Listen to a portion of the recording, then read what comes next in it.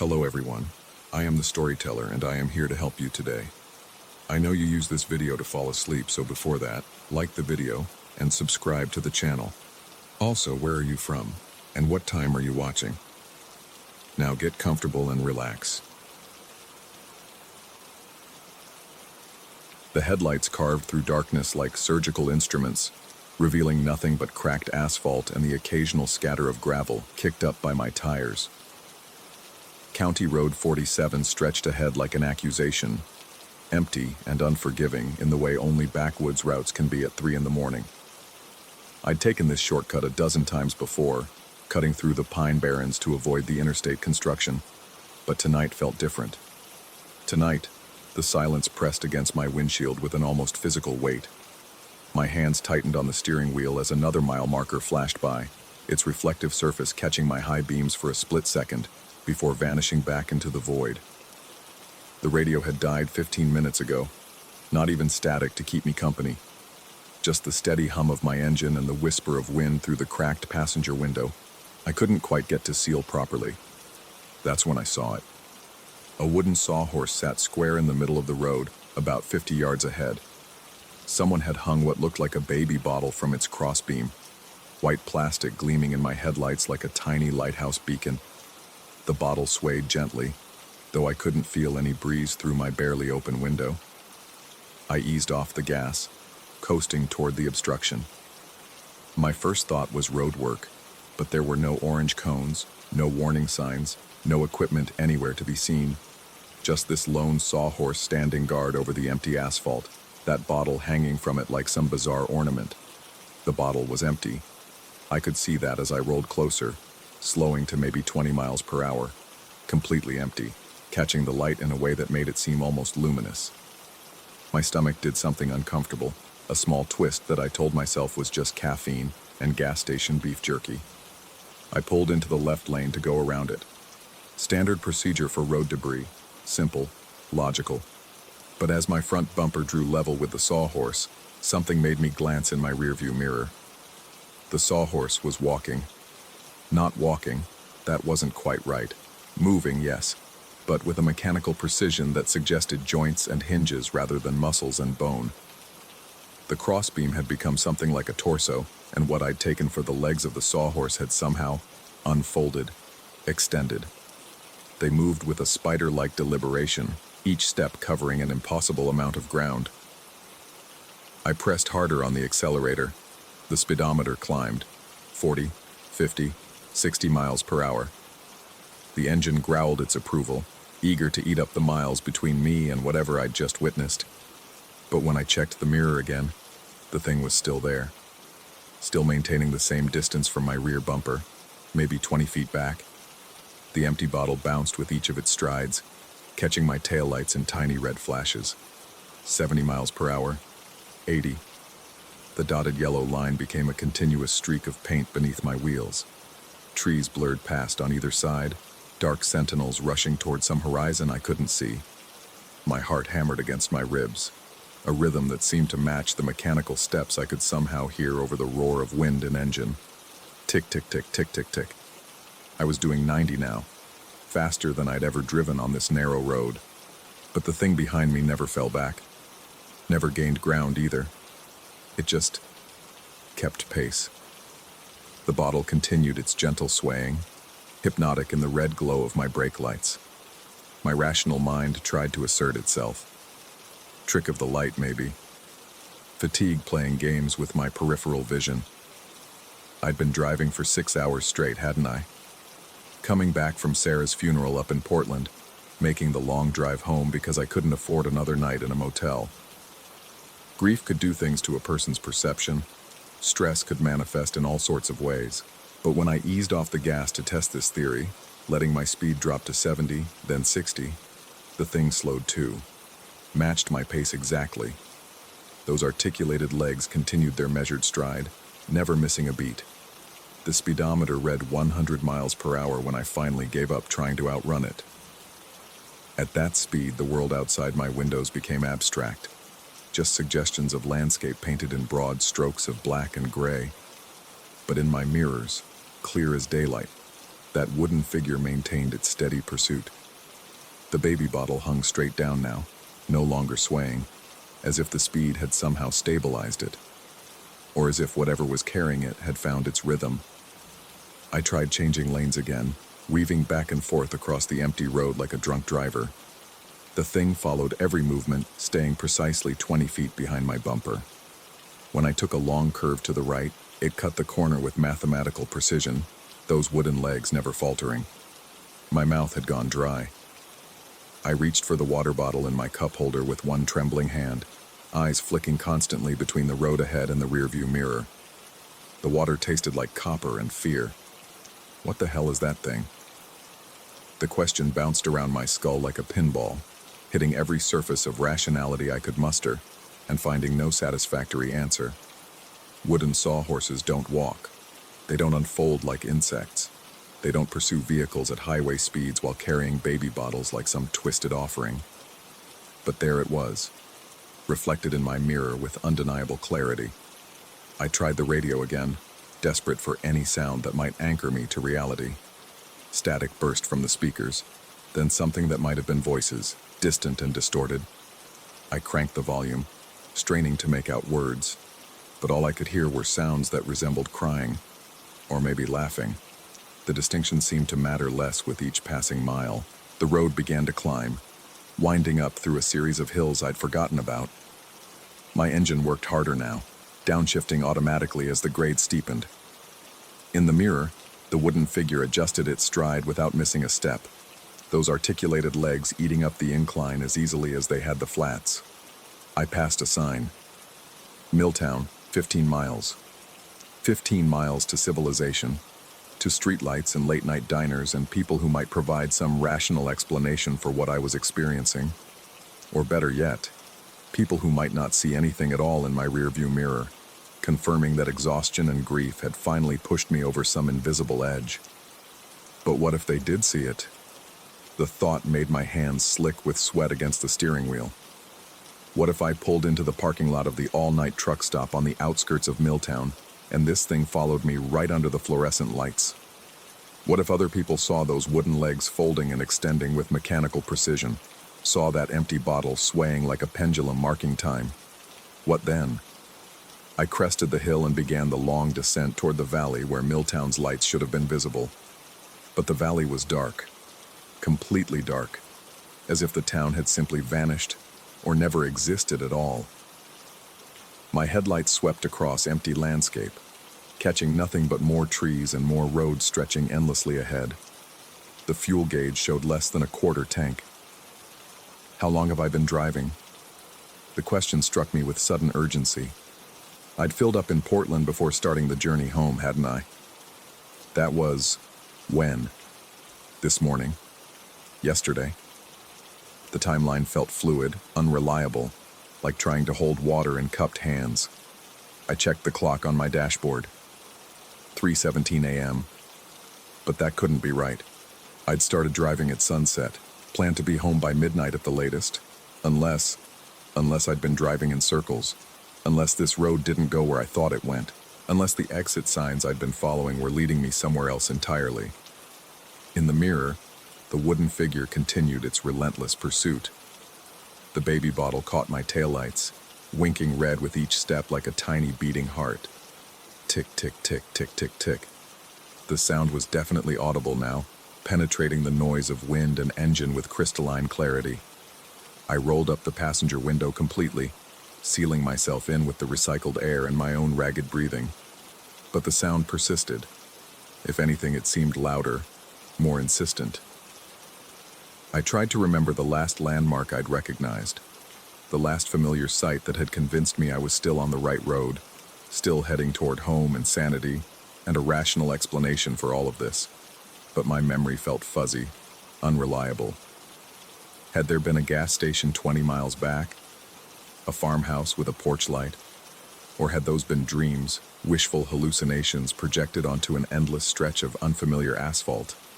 The speedometer still read 100 miles per hour.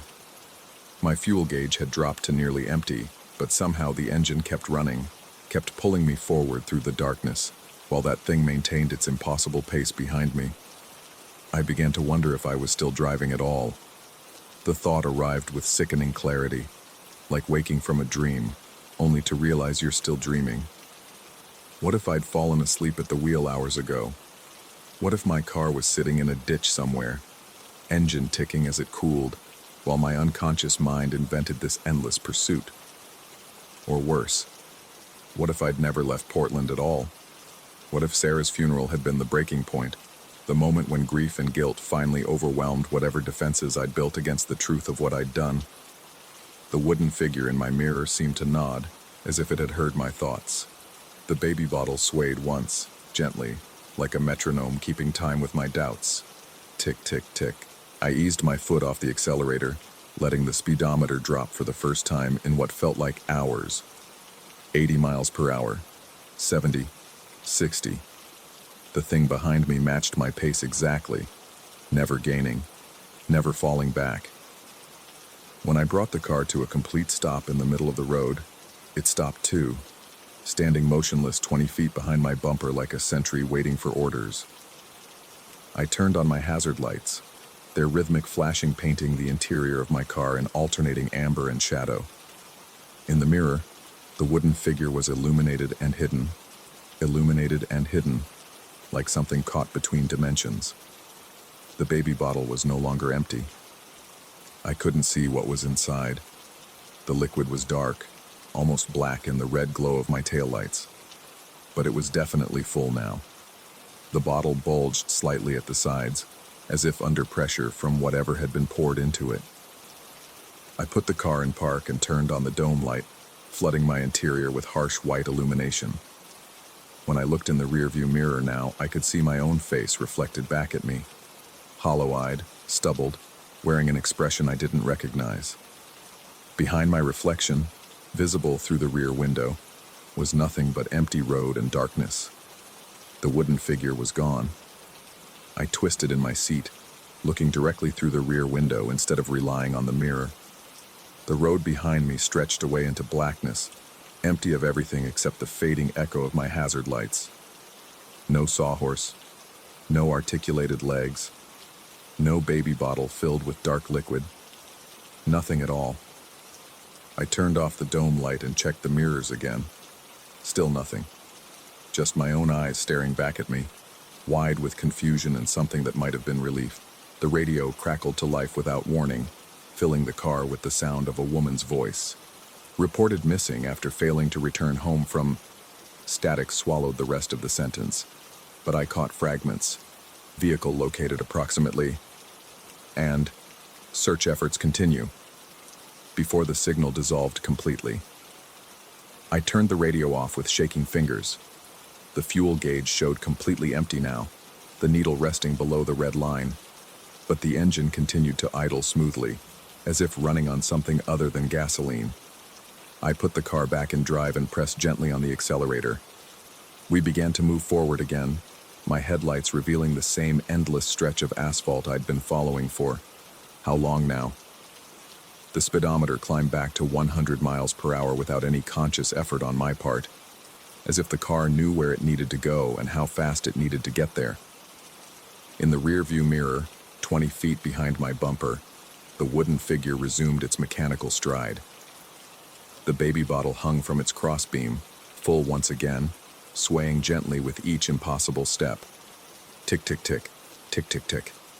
I no longer tried to outrun it. I no longer looked for exits or landmarks or signs of civilization.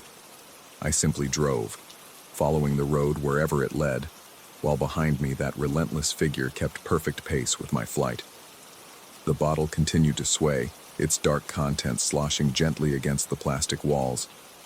And though I couldn't bring myself to look directly at it for more than a few seconds at a time, I was beginning to suspect I knew exactly what it contained. After all, some hungers follow you no matter how fast you run. Some debts can only be paid with time and distance and the endless repetition of flight. And some roads, once taken, lead nowhere except back to the place where you first learned what it means to be truly, irredeemably lost. Story 2. The headlamp's beam carved through darkness that seemed to push back, thick as tar and twice as oppressive. I'd been underground for 3 hours, mapping the abandoned copper mine's lower tunnels for the geological survey, but something felt wrong the moment I descended past the 40-foot mark. The air tasted metallic, not from ore deposits, but something else, something organic and stale, like breath held too long. My breathing echoed strangely in the narrow passage, the sound bouncing off walls that pressed closer with each step. The tunnel system wasn't on any of the original mine blueprints, a discovery that should have excited me professionally but instead sent cold fingers walking up my spine. Whoever had carved these passages had done so recently, the tool marks still sharp against the clay-rich earth. The temperature dropped noticeably as I moved deeper, my breath forming pale clouds that dissipated too quickly in the heavy air. Something about the way sound traveled here felt wrong. Conversations seemed to carry from impossible distances, though I was alone down here. At least, I was supposed to be alone. That's when I first heard it. A wet, rhythmic sound like someone working clay with their hands. The noise would start whenever I stopped moving, as if triggered by my stillness. When I called out, my voice returned from the depths ahead, distorted and somehow mocking. The echo lasted longer than physics should allow in such confined spaces. I pressed forward, driven by professional curiosity that was rapidly transforming into something more urgent, a need to understand what lay ahead before something understood me first. The tunnel began to widen, opening into a chamber I hadn't expected. My headlamp swept across rough-hewn walls decorated with symbols I didn't recognize, carved deep into the clay surface. They resembled tribal markings, but their arrangement followed no pattern I could identify. Some appeared fresh, still marked with tool shavings, while others looked ancient, worn smooth by countless touching hands. The air grew thicker here, almost viscous, carrying a scent that reminded me of pottery studios and something else. Something primal and disturbing. It coated my throat, making each breath feel substantial, like drinking dust. I pulled out my phone to document the chamber, but the screen flickered strangely, casting shadows that moved independently of my movements. That's when I saw it. In the center of the chamber stood a figure, perfectly motionless, carved from the same clay-rich earth that formed the walls. But this wasn't some ancient artifact or primitive sculpture. This was me, every detail perfect, from the way my hair fell across my forehead to the exact positioning of the scar on my left knuckle. Even my clothes were replicated with impossible precision, down to the coffee stain on my field jacket from that morning. The clay version of myself stood with arms at its sides, head tilted slightly to the left, the exact pose I'd been in when examining the wall symbols moments before. But I was standing to the right now, having moved several feet since then. How could it have captured a position I'd occupied seconds earlier? My hands trembled as I directed the headlamp's beam across the figure's surface. The light revealed intricate tribal symbols covering every inch of the clay skin, similar to those carved into the walls, but somehow more complex, more alive. They seemed to pulse gently in the illumination, as if the clay retained some residual warmth. The figure's eyes were closed, but its chest rose and fell with steady, hypnotic breathing. Not the breathing of lungs, but something else. The compression and expansion of Earth itself, as if the chamber's atmosphere was being processed through clay organs. With each breath, a fine red dust escaped from between its lips, hanging in the air like suspended blood. I took a step closer, fascinated despite every instinct screaming at me to run. The craftsmanship was impossible. No human hand could achieve such detail, especially not in this crude environment. Yet here it stood, a perfect mirror of myself rendered in earth and mystery.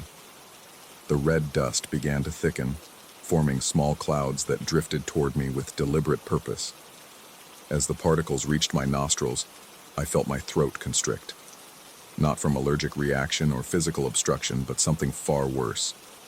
My voice simply vanished, as if the dust was absorbing my ability to make sound. I tried to speak, to call out, but nothing emerged except a thin wheeze. Panic set in as I realized the air itself was changing, becoming heavier, more substantial. Each breath felt like swallowing sand, and I could taste clay coating my tongue, filling my mouth with the flavor of deep earth and ancient things. The clay figure's breathing intensified, its chest rising higher with each inhalation. More red dust poured from its mouth now, creating a small maelstrom in the chamber's center. The tribal symbols on its skin began to glow faintly, not with light, but with some inner darkness that made them visible against the clay surface. I stumbled backward, my headlamp beam dancing wildly across the walls as my coordination failed. The symbols carved into the chamber walls were moving now, shifting and rearranging themselves like living text rewriting itself in real time. They spelled out warnings in languages I couldn't read but somehow understood. Leave. Run. Never return. But my feet wouldn't obey. The clay dust had settled into my lungs, each breath bringing more earth inside me, transforming my airways into something solid and foreign. I could feel my chest growing heavier, my heartbeat muffled as if wrapped in thick fabric.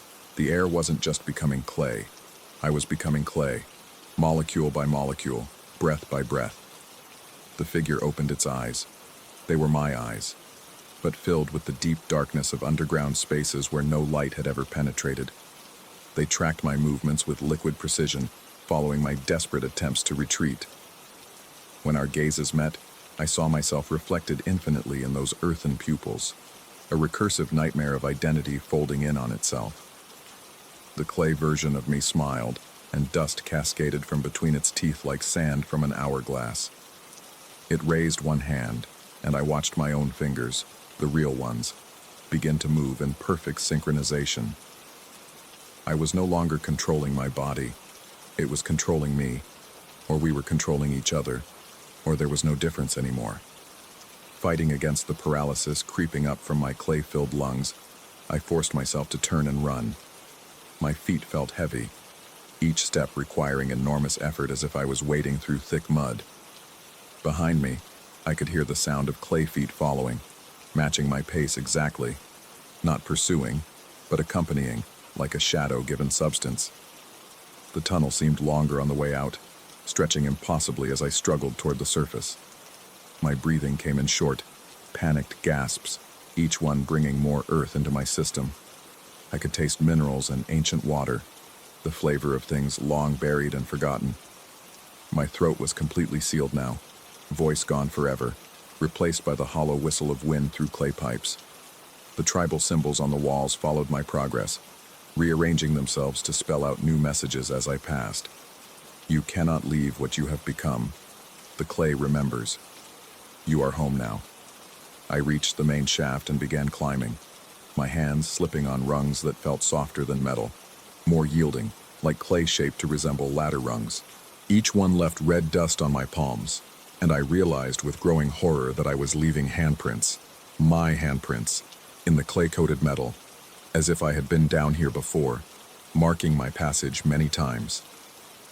Daylight felt like a physical assault when I finally emerged from the mine entrance. The sun seemed too bright, too harsh after the gentle darkness below.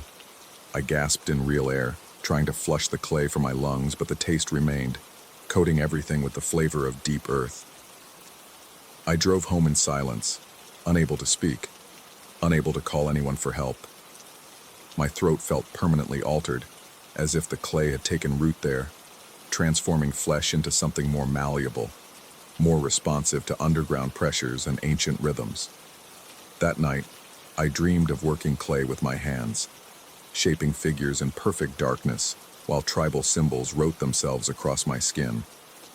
In the dream, I understood that the chamber hadn't been carved by human tools at all, but by countless hands like mine, working in the darkness, creating perfect copies of themselves to leave behind when they finally emerged, changed. I woke to find red dust on my pillow and clay under my fingernails, though I couldn't remember touching either. My reflection in the bathroom mirror looked wrong, not dramatically different, but subtly altered, as if my features had been reshaped by careful, invisible hands during the night. 3 days have passed since my encounter in the mine, and I still cannot speak. Medical tests show nothing wrong with my throat, my lungs, my vocal cords.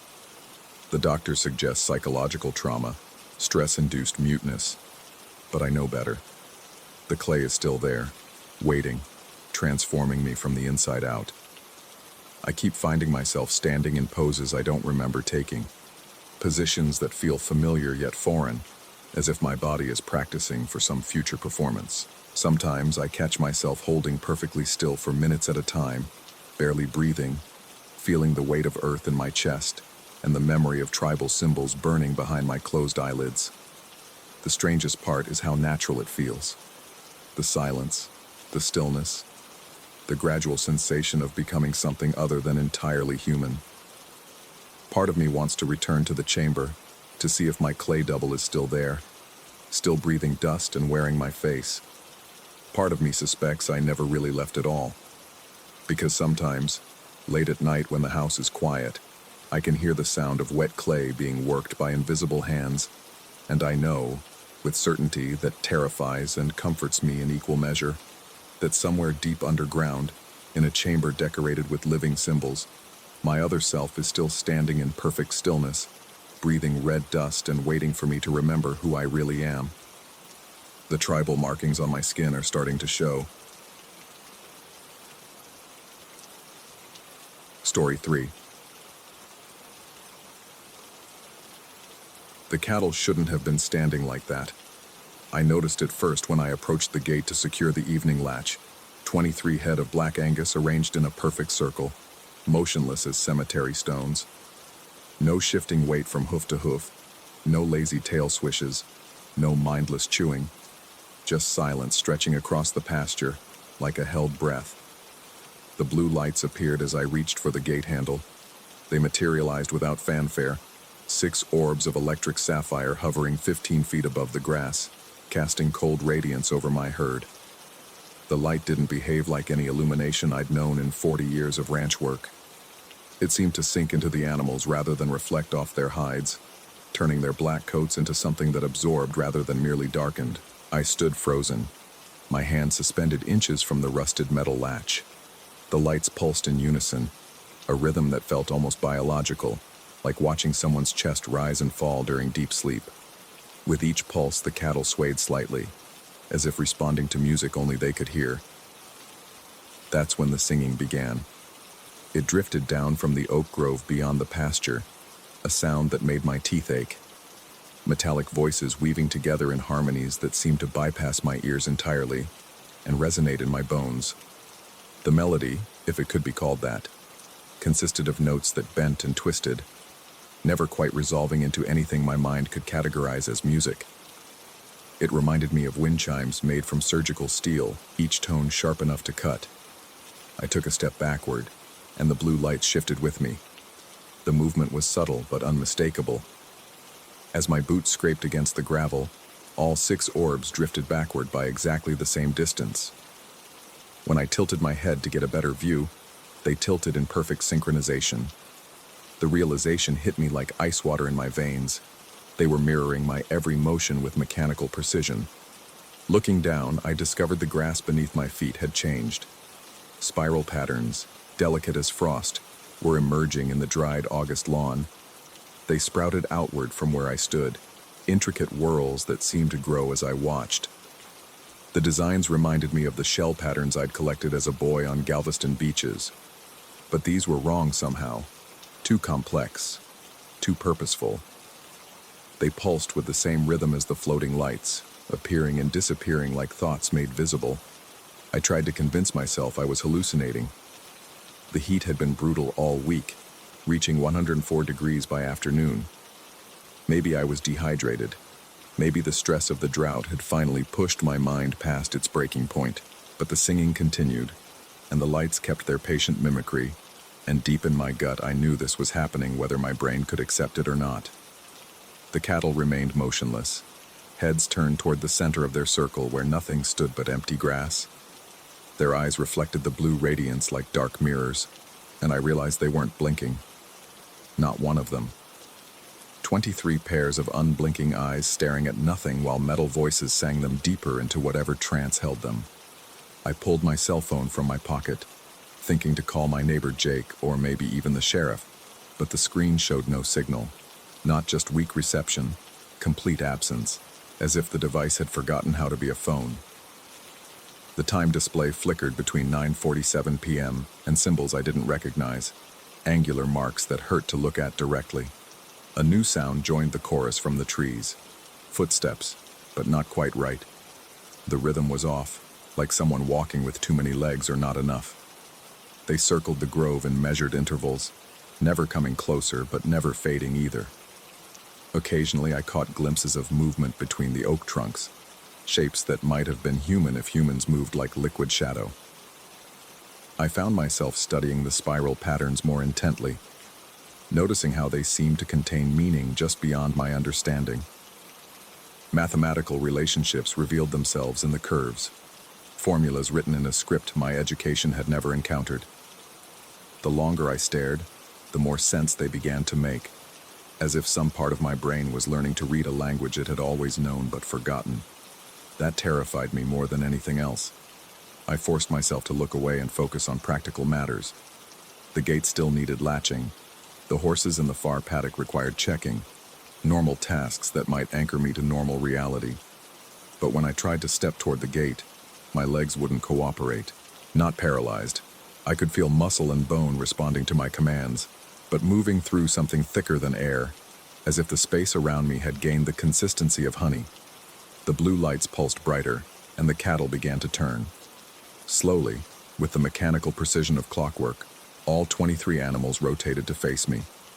Their eyes held no recognition, no trace of the mild curiosity that usually marked their attention. These were the vacant stares of sleepwalkers, windows into rooms where no one was home. In the growing intensity of that strange illumination, I noticed other changes. The fence posts cast shadows in directions that defied the position of the lights. My own reflection appeared in the metal gate, but it moved a half-second behind my actual movements, like a poorly synchronized movie. When I raised my hand to wipe sweat from my forehead, my reflection did the same a moment later, wearing an expression I wasn't making. The singing from the trees grew more complex, adding layers I hadn't noticed before. Underneath the metallic harmonies, I detected what sounded like human voices. Not words exactly, but the rhythmic cadence of speech in a language that predated syllables. The sound seemed familiar, like half-remembered lullabies from childhood, though I was certain I'd never heard anything like them before. I started walking backward toward the house, testing my theory about the lights. Sure enough, they maintained their positions relative to my location, creating the illusion that I was the center of some vast celestial mechanism. With each step, the spiral patterns in the grass grew more elaborate, extending outward like ripples in a geometric pond. The kitchen light beckoned from across the yard, warm yellow against the impossible blue. I needed to reach that normal space to prove to myself that reality still existed beyond this circle of wrongness. But the further I retreated, the more the landscape seemed to stretch, as if distance itself was becoming elastic. The house appeared simultaneously closer and farther away, like looking at it through a funhouse mirror. Halfway across the yard, I realized I could no longer hear my own footsteps. The gravel crunched under my boots. I could feel the sensation traveling up through my legs, but no sound reached my ears. Instead, the metallic singing had grown so pervasive it seemed to emerge from inside my skull. The voices were teaching me their song, note by impossible note, and I found myself humming along without consciously deciding to do so. I stopped humming immediately, biting my tongue hard enough to taste blood. The physical pain felt reassuring, proof that some things still operated according to familiar rules. But when I touched my tongue to check for damage, my fingers came away clean, despite the metallic taste flooding my mouth. The blue lights had begun to descend. They lowered themselves toward the cattle with the patient deliberation of settling birds. As they drew closer, the animals' forms became less distinct, edges blurring as if viewed through heat shimmer. I rubbed my eyes and looked again, but the effect persisted. My herd was becoming translucent, their substance seeming to flow upward into the approaching radiance. I ran then, abandoning any pretense of rational behavior. My legs pumped against the elastic air while the house refused to grow larger in my vision. Behind me, the singing reached a crescendo that made my teeth ache and my vision blur at the edges. The sound wasn't just audible anymore. It was tactile, pressing against my skin like invisible hands. The kitchen door handle felt like salvation under my palm. I stumbled inside and slammed the door, twisting both locks and drawing the curtains over the window. In the familiar yellow light, surrounded by coffee mugs and unpaid bills, I tried to convince myself I'd imagined everything.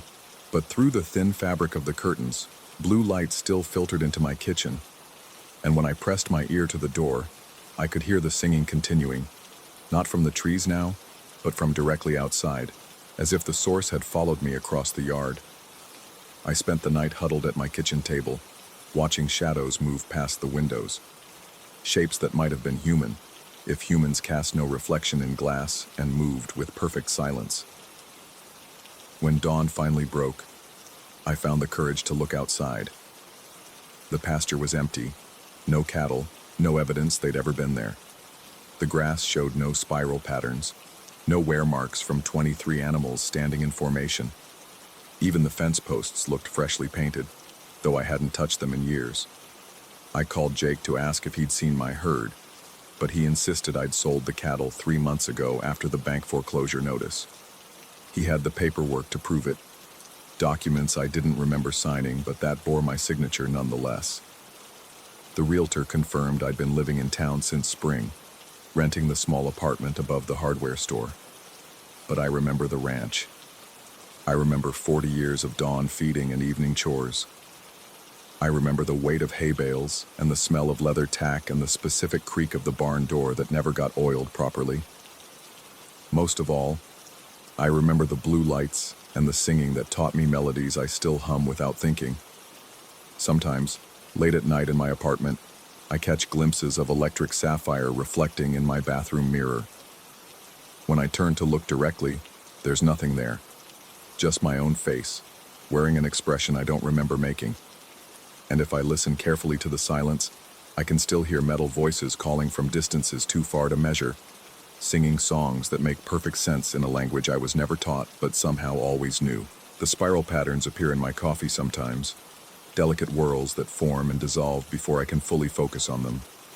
I've learned not to stare too long. Understanding comes whether you invite it or not, and some knowledge changes you in ways that can't be undone. I keep telling myself it was hallucination brought on by stress and heat and the slow dissolution of everything I thought I knew about my life.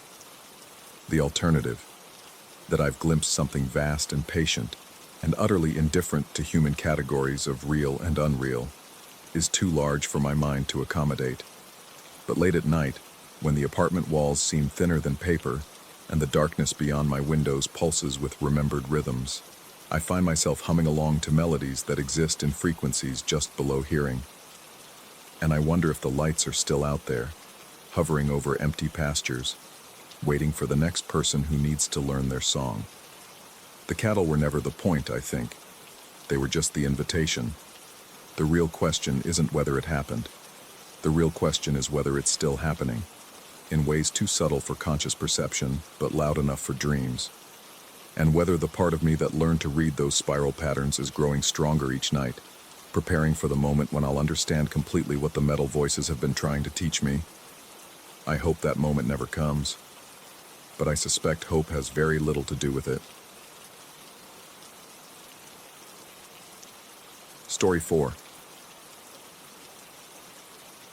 The retreat house smelled like centuries of whispered prayers and floor wax, a combination that should have been comforting, but instead settled in my lungs like dust from a tomb. I'd come here seeking clarity, or perhaps escape, from the noise that had been building in my head for months, the kind of noise that makes you question whether the thoughts rattling around in your skull are entirely your own.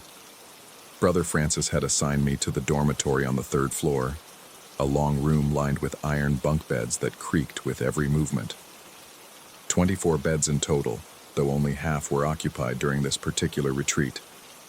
The other men, mostly middle-aged like myself, had introduced themselves with the careful politeness of people carrying invisible wounds. We were all here for reasons we couldn't quite articulate, drawn by the promise of silence and contemplation.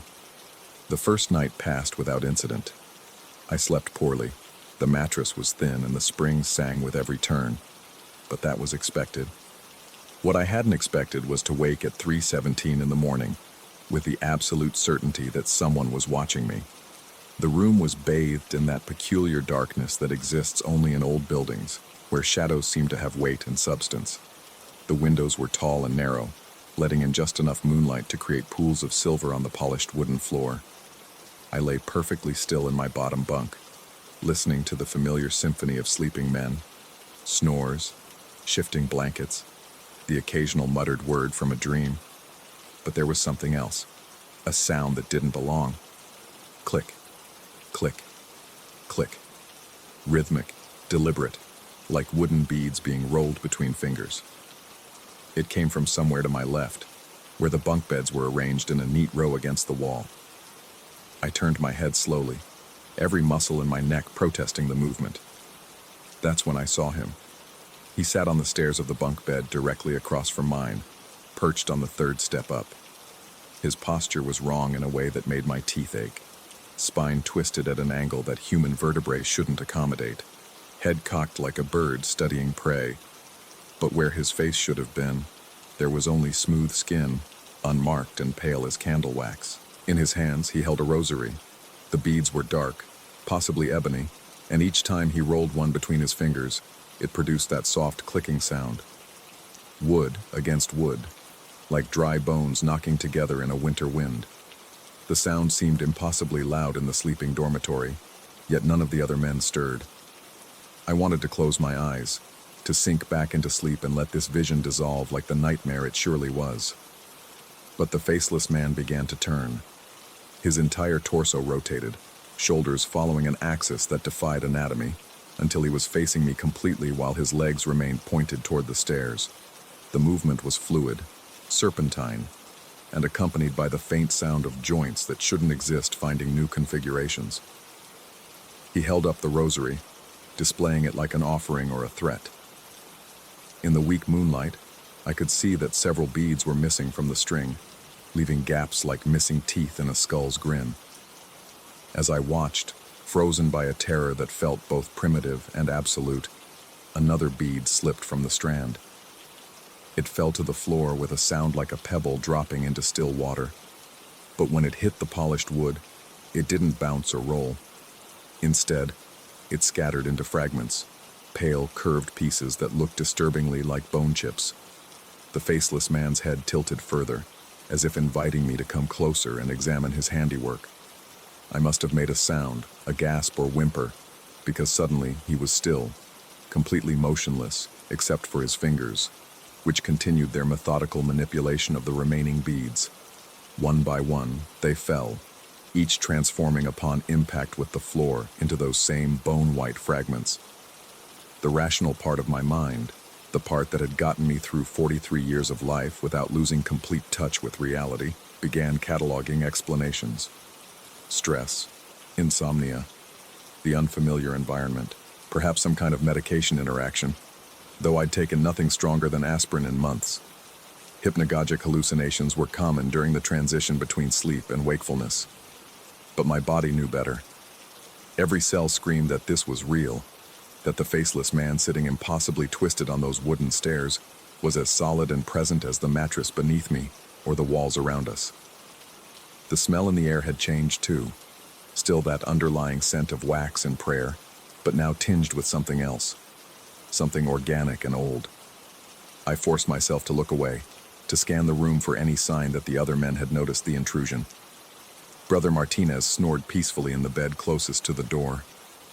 Mr. Patterson, an accountant from Milwaukee who'd spoken during evening prayer about losing his way after his divorce, lay curled on his side like a child. Everyone slept undisturbed, cocooned in their private darkness. When I looked back, the stairs were empty. The bone fragments remained. Dawn couldn't come quickly enough. I lay rigid until the first bell rang at 6, then rose and dressed with mechanical precision. The other men stirred and began their morning routines, none of them glancing toward the spot where I'd seen the impossible visitor. I waited until the dormitory had mostly emptied before approaching the bunk bed in question. The stairs were old but well-maintained, each step worn smooth by decades of climbing feet. I knelt and examined the floor beneath them, running my fingers over the polished wood. Nothing. No bone fragments, no evidence of any disturbance. The surface was immaculate, reflecting the morning light that streamed through the tall windows. I told myself this was proof of the hallucination theory. Stress, insomnia, unfamiliar surroundings, all perfectly logical explanations for a perfectly explainable phenomenon. The mind, after all, was notorious for playing tricks, especially when pushed beyond its comfort zone.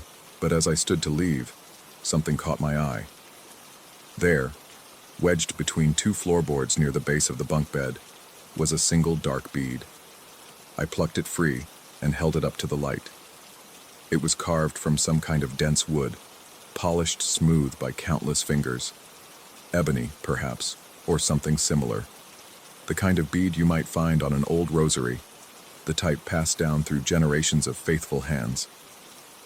Brother Francis found me in the chapel an hour later, still clutching the bead. I'd been sitting in the back pew, staring at the simple wooden cross that dominated the front wall, trying to reconcile what I'd seen with what I knew to be possible. "Trouble sleeping?" he asked, settling beside me with the careful movements of a man whose knees had seen better days. I wanted to tell him everything, about the faceless man, the impossible contortions, the rosary that shed beads like tears. Instead, I held up the small piece of carved wood. "I found this in the dormitory," I said. "Thought someone might have lost it." Brother Francis took the bead and examined it with the same careful attention I'd given it. His expression was unreadable, but I caught something in his eyes, a flicker of recognition, perhaps, or concern. "Old rosaries sometimes fall apart," he said finally. "The string weakens over time.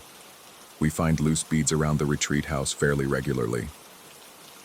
Have you ever—" I paused, unsure how to frame the question without sounding completely unhinged. "Have you ever had anyone report unusual experiences here? Things they couldn't explain?" The elderly priest was quiet for a long moment, his fingers working the bead between his thumb and forefinger in a motion that reminded me uncomfortably of the night's events. "This is a place where people come to confront their inner darkness," he said eventually. "Sometimes that darkness takes forms we don't expect. The important thing is not to give it more power than it deserves." He handed the bead back to me. "Keep it if you like. Consider it a reminder that not everything we see is what it appears to be." The second night was worse. I'd spent the day in prayer and meditation, following the retreat schedule with desperate determination. Morning prayer, silent breakfast, lectio divina, afternoon reflection, evening vespers. Each ritual felt like armor against whatever had visited me the night before, a carefully constructed barrier between the rational world and whatever lurked beyond its borders. But as darkness fell and the dormitory settled into its nightly rhythm, that familiar dread began to build in my chest. I lay in my bunk, eyes closed, pretending to sleep while every nerve in my body remained on high alert. The clicking started at 2:43. This time, I didn't hesitate to look. The faceless man sat in the same position on the stairs, his body twisted in that impossible configuration. But now I could see more details. His clothes were simple, dark pants and a white shirt that might have belonged to any of the retreat participants. His hands were pale but well-formed, moving with practiced precision as they worked the rosary beads. And there were fewer beads than before. As I watched, he held up the rosary so I could see the growing gaps in the string. Nearly half the beads were missing now, leaving long stretches of bare cord. Each remaining bead seemed to pulse with its own dark light, as if illuminated from within by some source I couldn't identify. The faceless man's head turned toward me, and though he had no features, I felt the weight of his attention like a physical force. He raised one hand and beckoned, the gesture unmistakably clear despite his lack of expression. The invitation was as obvious as it was terrifying. "Come closer. Come see what I have to show you." I found myself sitting up in bed, my legs swinging over the edge of the mattress before I consciously decided to move. The compulsion was overwhelming, like being pulled by invisible strings. The faceless man's beckoning gesture became more insistent, his impossible posture somehow conveying eagerness. 3 steps across the dormitory floor. 4. 5. The other sleeping men might as well have been corpses for all the awareness they showed. Their breathing continued in steady rhythm, undisturbed by the wrongness that filled the air like smoke. I walked forward in a dream state, each step bringing me closer to the figure on the stairs. That's when I noticed the smell. It was subtle at first, woven so seamlessly into the familiar scents of wax and old wood that I almost missed it. But with each step, it grew stronger. Decay. Not the sharp reek of fresh death, but something older and more patient. The smell of things that had been buried too long, of earth that had given up its secrets reluctantly. The faceless man dropped another bead. This one landed directly at my feet and exploded into fragments with a sound like breaking pottery. The pieces were larger now, clearly recognizable as bone. Finger bones, perhaps, or pieces of a wrist. They gleamed white in the moonlight, polished to an unnatural sheen. I stopped walking. The rational part of my mind, which had been growing quieter each day of the retreat, suddenly reasserted itself with the force of a slap. What was I doing? Walking toward a hallucinatory figure in the middle of the night, following the gestures of something that couldn't possibly exist. The stress of the past months had clearly taken a greater toll than I'd realized. I turned and walked back to my bed, each step a conscious act of will against the pull I still felt from the stairs. Behind me, the clicking sound stopped abruptly, replaced by something that might have been a sigh, or perhaps the sound of old wood settling in the night air. I lay down and pulled the thin blanket over my head, creating a barrier that felt pathetically inadequate but was all I had.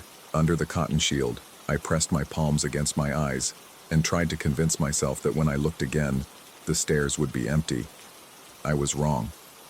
When I finally emerged from my makeshift tent, the faceless man was standing at the foot of my bed. He was taller than I'd realized, his frame lean but somehow substantial. The impossible twist of his torso had straightened, though his head still cocked at that unnatural angle. In his hands, he held the remains of the rosary, just a few beads now, strung on a length of cord that looked more like sinew than string. He extended the rosary toward me, offering it with the same gesture he'd used to beckon me closer. Up close, I could see that the remaining beads weren't carved from wood at all. They were bone, each one a perfect sphere polished to gleaming whiteness. And they were warm. Even from several feet away, I could feel the heat radiating from them like small suns. The faceless man's chest rose and fell in a parody of breathing. Where his mouth should have been, the skin moved slightly, as if he were trying to speak words that his lack of features made impossible. I wanted to scream. I wanted to wake the other men, to shatter the terrible privacy of this encounter and drag it into the harsh light of shared reality. But my voice had deserted me, leaving only a raw ache in my throat where words should have been. Instead, I found myself reaching out. The movement was involuntary, my hand stretching toward the offered rosary despite every instinct screaming against it. The faceless man leaned forward, his featureless face somehow conveying anticipation. The remaining beads on the string pulsed brighter, their internal light casting moving shadows on the dormitory walls.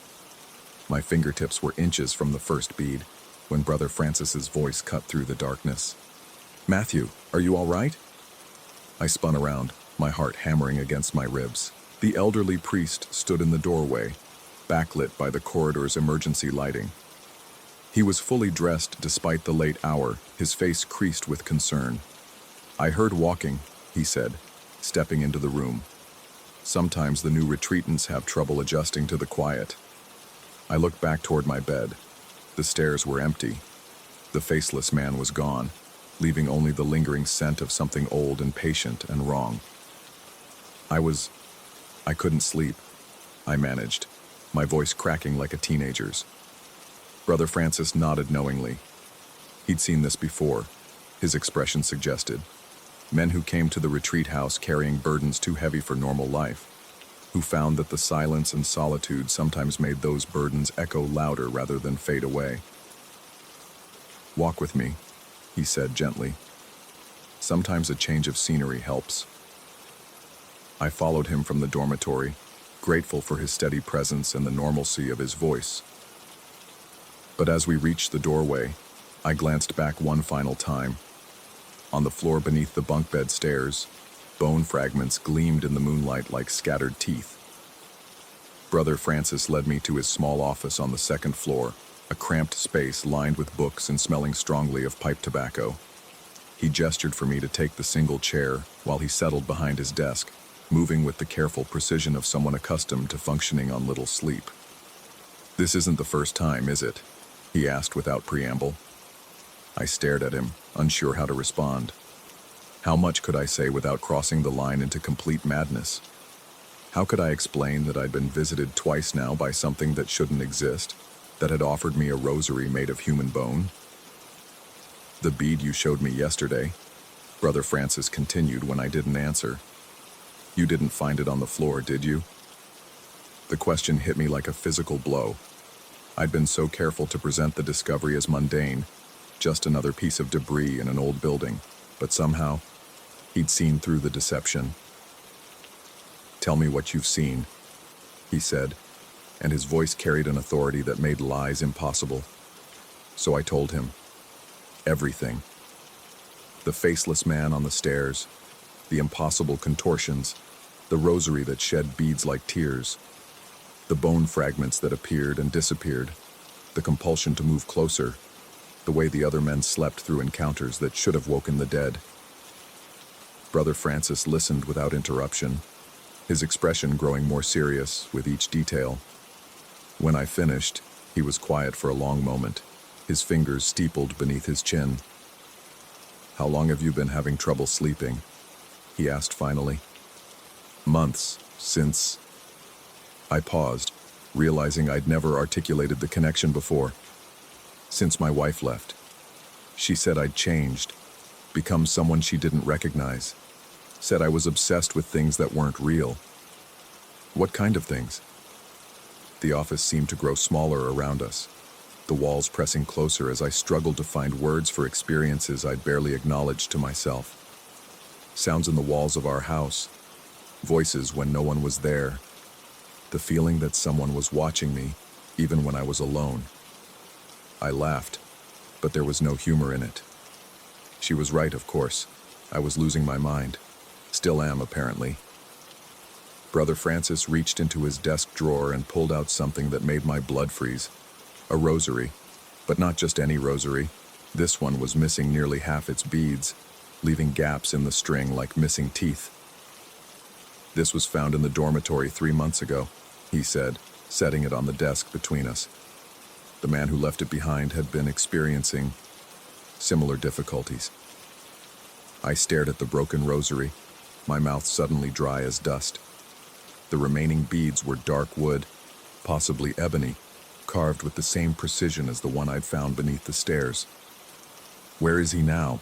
"Safe," Brother Francis said, but something in his voice suggested the definition of safety might be more complex than I'd assumed. He chose to stay with us permanently. Sometimes that's the only way to find peace. The implication hung in the air like incense smoke. I thought of the men I'd seen around the retreat house during the day, not just the temporary visitors like myself, but the permanent residents who helped with maintenance and kitchen duties. Men with haunted eyes who spoke little and moved with the careful precision of people constantly listening for sounds that others couldn't hear. "What exactly is this place?" I asked. Brother Francis smiled, but it didn't reach his eyes. "A refuge. For men who've seen too much, who carry burdens that the outside world can't understand. We offer silence, solitude, and safety from the things that hunt in the spaces between waking and sleeping. And if I leave, then you leave. But the things you've seen don't stay behind. They follow, growing stronger with each encounter until..." He gestured toward the broken rosary. "Until there's nothing left but fragments." I thought of my empty apartment, the divorce papers still sitting unsigned on my kitchen table, the job I'd taken leave from and might never return to. What was waiting for me in the outside world except more sleepless nights and the growing certainty that something was fundamentally wrong with the reality I'd always taken for granted? "The faceless man," I said. "What is he?" "A manifestation, a reflection of the parts of ourselves we refuse to acknowledge. He appears to men who've lost touch with their own identity, who've spent so long pretending to be someone else that they've forgotten who they really are." The words hit uncomfortably close to home. I thought of the years I'd spent in a marriage that felt like performance art, playing the role of the dependable husband while something essential inside me withered and died. The career that had consumed decades of my life, without ever bringing satisfaction. The careful construction of a normal life that had collapsed the moment I admitted I couldn't recognize myself in the mirror. What does he want? To complete the exchange. Each bead represents a part of your authentic self, the pieces you've surrendered in the name of fitting in. When the last bead falls, Brother Francis shrugged. Some transformations are irreversible. I reached into my pocket and pulled out the bead I'd been carrying since the morning before. In the office's warm light, it looked ordinary, just a piece of carved wood, worn smooth by handling. How many beads are usually on a rosary? 59 typically, 50 Hail Marys, 6 Our Fathers, and 3 for the opening prayers. I looked at the broken strand on his desk, counting the gaps. At least 30 beads were missing, leaving fewer than 30 remaining. If the pattern held, if the faceless man continued his nightly visits, I had perhaps a week before the string was empty. A week to decide whether to flee back to a world that felt increasingly unreal, or to join the hollow-eyed men who'd found their own form of peace in the retreat house's permanent embrace. Brother Francis seemed to read my thoughts. "There is a third option," he said quietly, "but it requires courage most men don't possess." "Which is?" "To face him, to reclaim what you've lost instead of surrendering what remains." The third night, I was ready. I'd spent the day in preparation, not through prayer or meditation, but through a different kind of focus. I thought about the man I'd been before the slow erosion began, the person who'd once had dreams beyond mere survival, who'd felt passion and purpose instead of just the grinding momentum of routine. That man had been buried so gradually I'd barely noticed his disappearance. Years of compromise, of choosing safety over authenticity, of saying yes when I meant no, and smiling when I wanted to scream. The faceless man wasn't a supernatural visitor. He was me, the part of myself I'd abandoned in the name of respectability. When the clicking started at 3:07, I was already sitting up in bed. The faceless man occupied his usual position on the stairs, his body twisted in that impossible configuration. But tonight, something was different. The rosary in his hands was nearly bare. Only 5 or 6 beads remained on the string, glowing with that internal light like captured stars. He looked up at my movement, his featureless face somehow conveying satisfaction. The game was almost over. Soon the last bead would fall, and whatever transformation he represented would be complete. I stood up, but instead of walking toward him, I walked to the center of the dormitory and spoke. Not loudly. The other men continued sleeping, their breathing undisturbed, but with a clarity that cut through the oppressive atmosphere like a blade. "I know who you are." The faceless man's head tilted, his impossible posture shifting slightly. The clicking of the rosary beads stopped. "You're every compromise I made, every time I chose comfort over truth, safety over growth, every moment I pretended to be someone else because being myself felt too dangerous." I took another step forward, no longer compelled, but choosing to move closer.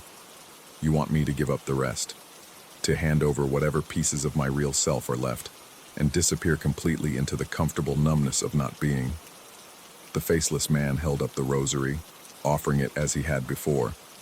But now I could see the gesture for what it really was, not a gift, but a surrender. He wanted me to take the remaining beads, to complete the process of self-erasure that had been ongoing for decades. "No," I said simply. The word hung in the air like a prayer. The faceless man's posture straightened, his impossible twist beginning to unwind. For the first time, his movements looked painful, rather than fluid, as if the contortion that had defined him was becoming difficult to maintain. I reached out, but not toward the rosary. Instead, I placed my hand on his featureless face. The skin was warm and smooth, neither alive nor dead, but something in between. Under my touch, I felt something shift, a tremor that ran through his entire frame like a building settling on its foundation. "You don't get to have them," I whispered. The parts of me I gave away, I'm taking them back. The faceless man began to change. Features appeared under my palm, not carved or drawn, but emerging like photographs developing in a darkroom. An eye, familiar and tired. A mouth that had forgotten how to speak its own truth. The bridge of a nose I recognized from bathroom mirrors and family photos. My own face, wearing an expression of desperate hope. The rosary in his hands transformed as well. The few remaining beads grew brighter, their bone-white surface warming to something that looked almost alive. And as I watched, new beads began to appear on the string, not bone this time, but something richer and more complex. Experiences I'd denied myself, dreams I'd abandoned, words I'd swallowed instead of speaking aloud. When the transformation was complete, I was looking at myself. Not the careful performance I'd maintained for decades, but the authentic self I'd buried so deep I'd forgotten he existed. He was thinner than I remembered, worn down by years of suppression, but his eyes held a light I hadn't seen in my own reflection for longer than I cared to calculate. He held out the completed rosary, 59 beads now glowing with warm, living light. "These are yours," he said, and his voice was mine, but somehow more real than any sound I'd made in years. They always were. I took the rosary, feeling the weight of each bead like a recovered memory. The moment my fingers closed around the string, my reflection smiled. Not the practiced expression I used in public, but something genuine and unguarded. Then he was gone, not vanishing, but somehow integrating, becoming part of me in a way that felt like remembering how to breathe. I stood alone in the dormitory, holding a rosary that felt warm and substantial in my hands. Around me, the other men slept peacefully, their breathing undisturbed by the quiet revolution that had just taken place. When morning came, I packed my few belongings and prepared to leave the retreat house. Brother Francis met me at the front door, his expression knowing but not surprised. In the daylight, he looked older than I'd realized, worn down by years of shepherding lost souls through their private darkness. "You're going back," he said. It wasn't a question. Yes, but not to what I left behind, to what comes next. He nodded, understanding the distinction. The man who'd arrived at the retreat house 3 days ago had been running from himself. The one leaving was running toward something, not away from the wreckage of his old life, but toward the possibility of building something authentic from the pieces. "What about the others?" I asked, thinking of the hollow-eyed permanent residents. The ones who chose to stay? They made their own choice. Sometimes the only peace we can find is in surrender. Brother Francis smiled, and this time it reached his eyes. But sometimes, the braver choice is to fight for what we've lost. I walked away from the retreat house with the rosary in my pocket, each bead a reminder of the man I'd chosen to become again. The world outside looked the same streets, the same sky, the same problems waiting to be solved. But I was different. Not because I'd been visited by something supernatural, and not because I'd conquered my demons. Because I'd stopped running from myself. The apartment I returned to was still empty, the divorce papers still unsigned on the kitchen table. But as I sat down to read them, really read them, not just skim the legal language while my mind was elsewhere, I realized that signing them wouldn't be an ending. It would be a beginning. Outside my window, the city moved at its usual frantic pace, full of people wearing careful masks and playing familiar roles. I thought of the faceless man and wondered how many of them were haunted by their own abandoned selves, how many carried the weight of decades of small compromises and forgotten dreams. But that was their journey to make. Mine was just beginning. I picked up a pen and signed my name, my real name, written in handwriting that looked like my father's, but felt entirely my own.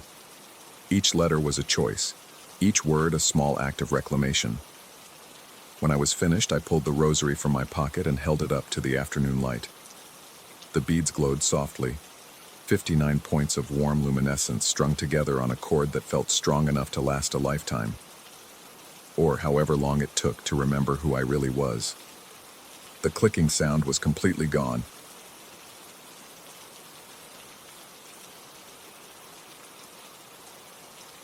Story 5.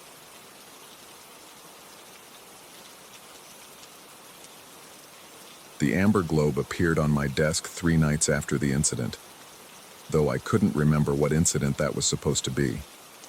It sat there like a malignant eye, catching the lamplight and throwing it back in wavering honey-colored patterns across my study walls. I should have thrown it away immediately. Instead, I found myself reaching for it every few minutes, my fingers drawn to its warm, smooth surface despite the chill that seemed to emanate from within. The first night, I simply held it.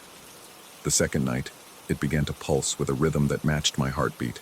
By the third night, when sleep had become impossible and my reflection in the bathroom mirror showed eyes that belonged to someone else, the globe started to pull. Not physically, though my rational mind insisted that was impossible. The pull was deeper than that, a gravitational tug that seemed to originate somewhere behind my sternum and extend invisible threads toward the window. I found myself standing there at 2:47 a.m., the globe warm in my palms, staring out at the cypress grove that bordered my property. Trees I'd never paid attention to before now seemed to lean toward my house with deliberate intent, their dark silhouettes reaching like arthritic fingers against the star-scattered sky. The pull grew stronger. I dressed mechanically, moving through my bedroom like a sleepwalker, though I felt hyper-aware of every sensation: the scratch of wool against my skin, the cold hardwood beneath my bare feet, the way my breath created small clouds in air that shouldn't have been that cold in October. The central heating had been working fine just hours earlier, but now the house felt like a tomb, all stone and stagnant air. Outside, the night wrapped around me like wet silk. The amber globe in my jacket pocket seemed to generate its own heat, a persistent warmth that spread up my arm and into my chest cavity. Each step toward the cypress grove felt both voluntary and inevitable, as if I were walking along tracks laid down long before my birth. The trees were older than I'd realized. Their trunks, gnarled and massive, bore the scars of decades, long vertical gouges that looked disturbingly like claw marks, though no animal in these parts could have made them. Spanish moss hung from their branches like funeral shrouds, creating a canopy that blocked out most of the starlight. The air beneath the trees was thick and humid, tasting of decay and something else, something sweet and cloying that reminded me of flowers left too long in a vase. The globe pulsed more insistently now, its amber light visible even through the fabric of my jacket. I pulled it out and held it before me like a compass, watching as its glow intensified and dimmed in what seemed like directional guidance. When I turned left, the light faded. When I faced deeper into the grove, it blazed brighter, casting dancing shadows on the cypress bark that moved independently of my movements. I followed its lead. The path, if it could be called that, wound between the massive tree trunks in a pattern that defied logic. We seemed to be walking in circles, yet each turn revealed new territory, deeper groves where the moss hung thicker and the air grew more oppressive. My watch had stopped at 3:33. Its digital display frozen as if time itself had given up within the bounds of this place. The smell of smoke reached me before I saw the structure. Not the clean scent of a fireplace or campfire, but the acrid odor of things that shouldn't burn, metal and stone and something organic that made my stomach turn. The amber globe's light had grown so bright that I no longer needed to look at it for guidance. Its glow illuminated a rough circle around me, turning the cypress bark golden and creating pockets of warmth in the cold night air. The cabin appeared between one step and the next, as if it had materialized from the smoke itself. It was smaller than I'd expected, barely large enough for 2 rooms, constructed from rough-hewn logs that looked far older than the surrounding trees. No lights showed in its single visible window, yet smoke continued to pour from a chimney that seemed to bend and twist against the sky like a living thing. The door stood slightly ajar. I approached slowly, the amber globe now so hot in my hands that it nearly burned, yet I couldn't bring myself to let it go. The wood of the porch creaked under my weight with sounds that seemed to echo longer than they should, as if the sound waves were trapped in the thick air and reverberating endlessly. Through the crack in the door, I could see the flicker of firelight, though no warmth emanated from within. The interior was a single room dominated by a stone fireplace where flames danced without consuming any visible fuel. The floor was covered with papers, hundreds of them scattered like autumn leaves but blackened around the edges, as if they'd been pulled from the fire before complete destruction. They rustled without any breeze to move them, creating a constant whisper that sounded almost like conversation in a language I couldn't quite understand. I knelt among the papers, setting the amber globe beside me where it continued to pulse with that steady heartbeat rhythm. The documents were letters, all of them, written in dozens of different hands on various types of paper, some on expensive stationery, others on pages torn from notebooks, a few on what looked like napkins or scraps of cardboard. The ink had run on many of them, creating watercolor smears that might have been tears, but enough remained legible for me to piece together their contents. They were apologies. All of them. I'm sorry for what I did to Margaret. I should have stopped him. Please forgive me. I didn't know what would happen when I signed those papers. The money wasn't worth it. God help me. The money wasn't worth what they did to those families. I can't sleep anymore. Every time I close my eyes, I see their faces.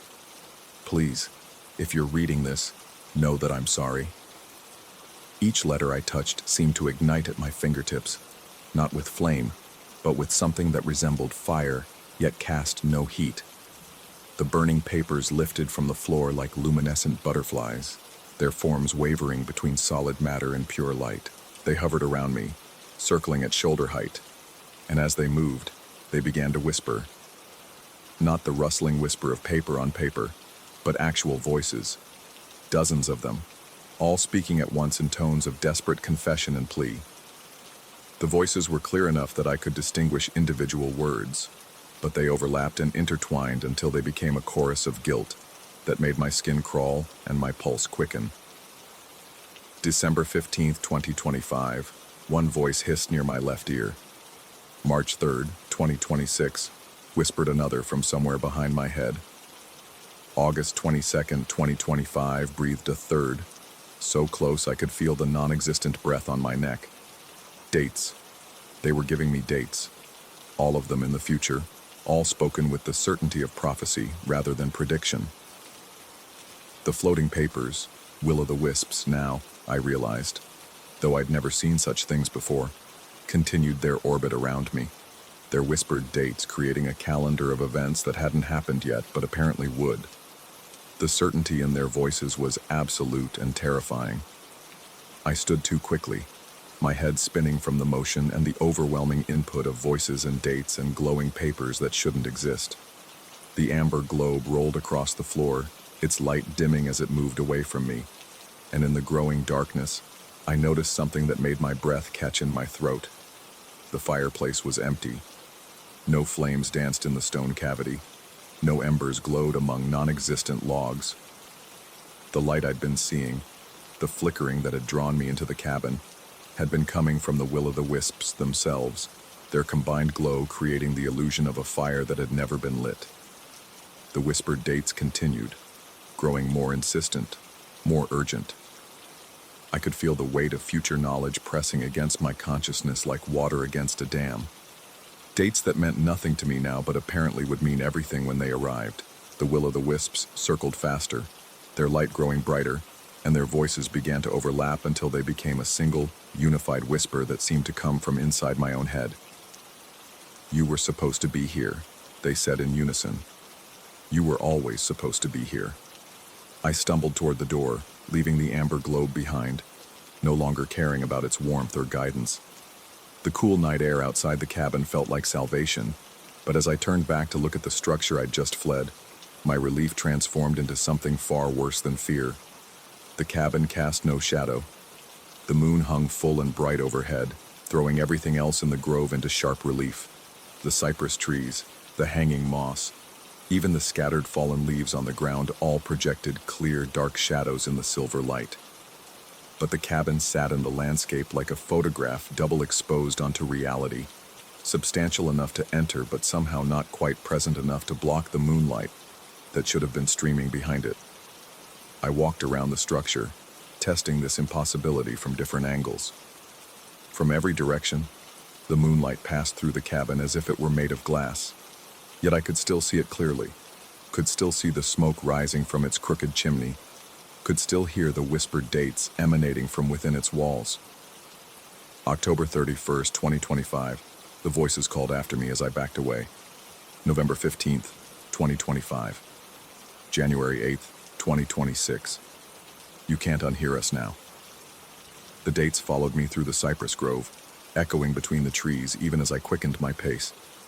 The will-o'-the-wisps had somehow followed me outside the cabin, their glow visible through the gaps in the tree canopy, circling overhead like luminous vultures. Their whispered prophecies created a soundtrack to my retreat. Each date burned into my memory with the persistence of physical pain.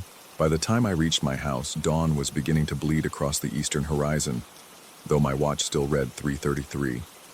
I locked the door behind me and drew every curtain, but the dates continued to echo in my mind, and I could still see the faint glow of the will-o'-the-wisps through the fabric of the drapes. That was 3 weeks ago. Since then, the first date has passed. October 31st, 2025. Halloween night, when my neighbor's house burned down while the family was away at a costume party. No one was hurt, but the fire department couldn't explain how it started, and the insurance investigator found evidence that suggested the blaze had begun in multiple locations simultaneously, as if someone had deliberately set it. But I know better. I know it started the moment I touched that first letter in the shadowless cabin, when the whispered date first branded itself into my consciousness. I know because I watched from my window as the flames began, and in their dancing light, I could see the shapes of burning papers circling overhead, casting no shadows of their own. November 15th is approaching. I've been watching the news, reading the local paper, paying attention to every detail of daily life in ways I never did before, waiting to see what calamity the will-o'-the-wisps have prophesied for that date, waiting to discover what role I'm meant to play in events that were set in motion the night I followed an amber globe into a grove of cypress trees. The globe is gone now, but I don't need it anymore. I can feel the pull returning, stronger each night as November 15th approaches. The same gravitational tug that led me to the cabin the first time, only now it doesn't pull me toward the cypress grove. It pulls me toward the house on Maple Street where the Hendersons live with their 2 teenage sons. The house with the yellow shutters and the garden that Mrs. Henderson tends so carefully. The house that will burn on November 15th at exactly 11:47 p.m., according to the whispered prophecy that plays on endless loop in my mind. I tell myself I could warn them. I could call the fire department, report a gas leak, do something to prevent what the will-o'-the-wisps have foretold. But deep down, I know the truth that I've been avoiding for 3 weeks now. The same truth I saw reflected in the amber globe before I left it behind in that shadowless cabin. I'm not here to prevent these events. I'm here to cause them. The burned letters weren't apologies for past sins. They were apologies for future ones, written by people like me who had been guided by amber light to discover what they were destined to become. The will-o'-the-wisps weren't prophesying random future disasters. They were providing a schedule of tasks that needed to be completed by someone who no longer cast a shadow under the moonlight.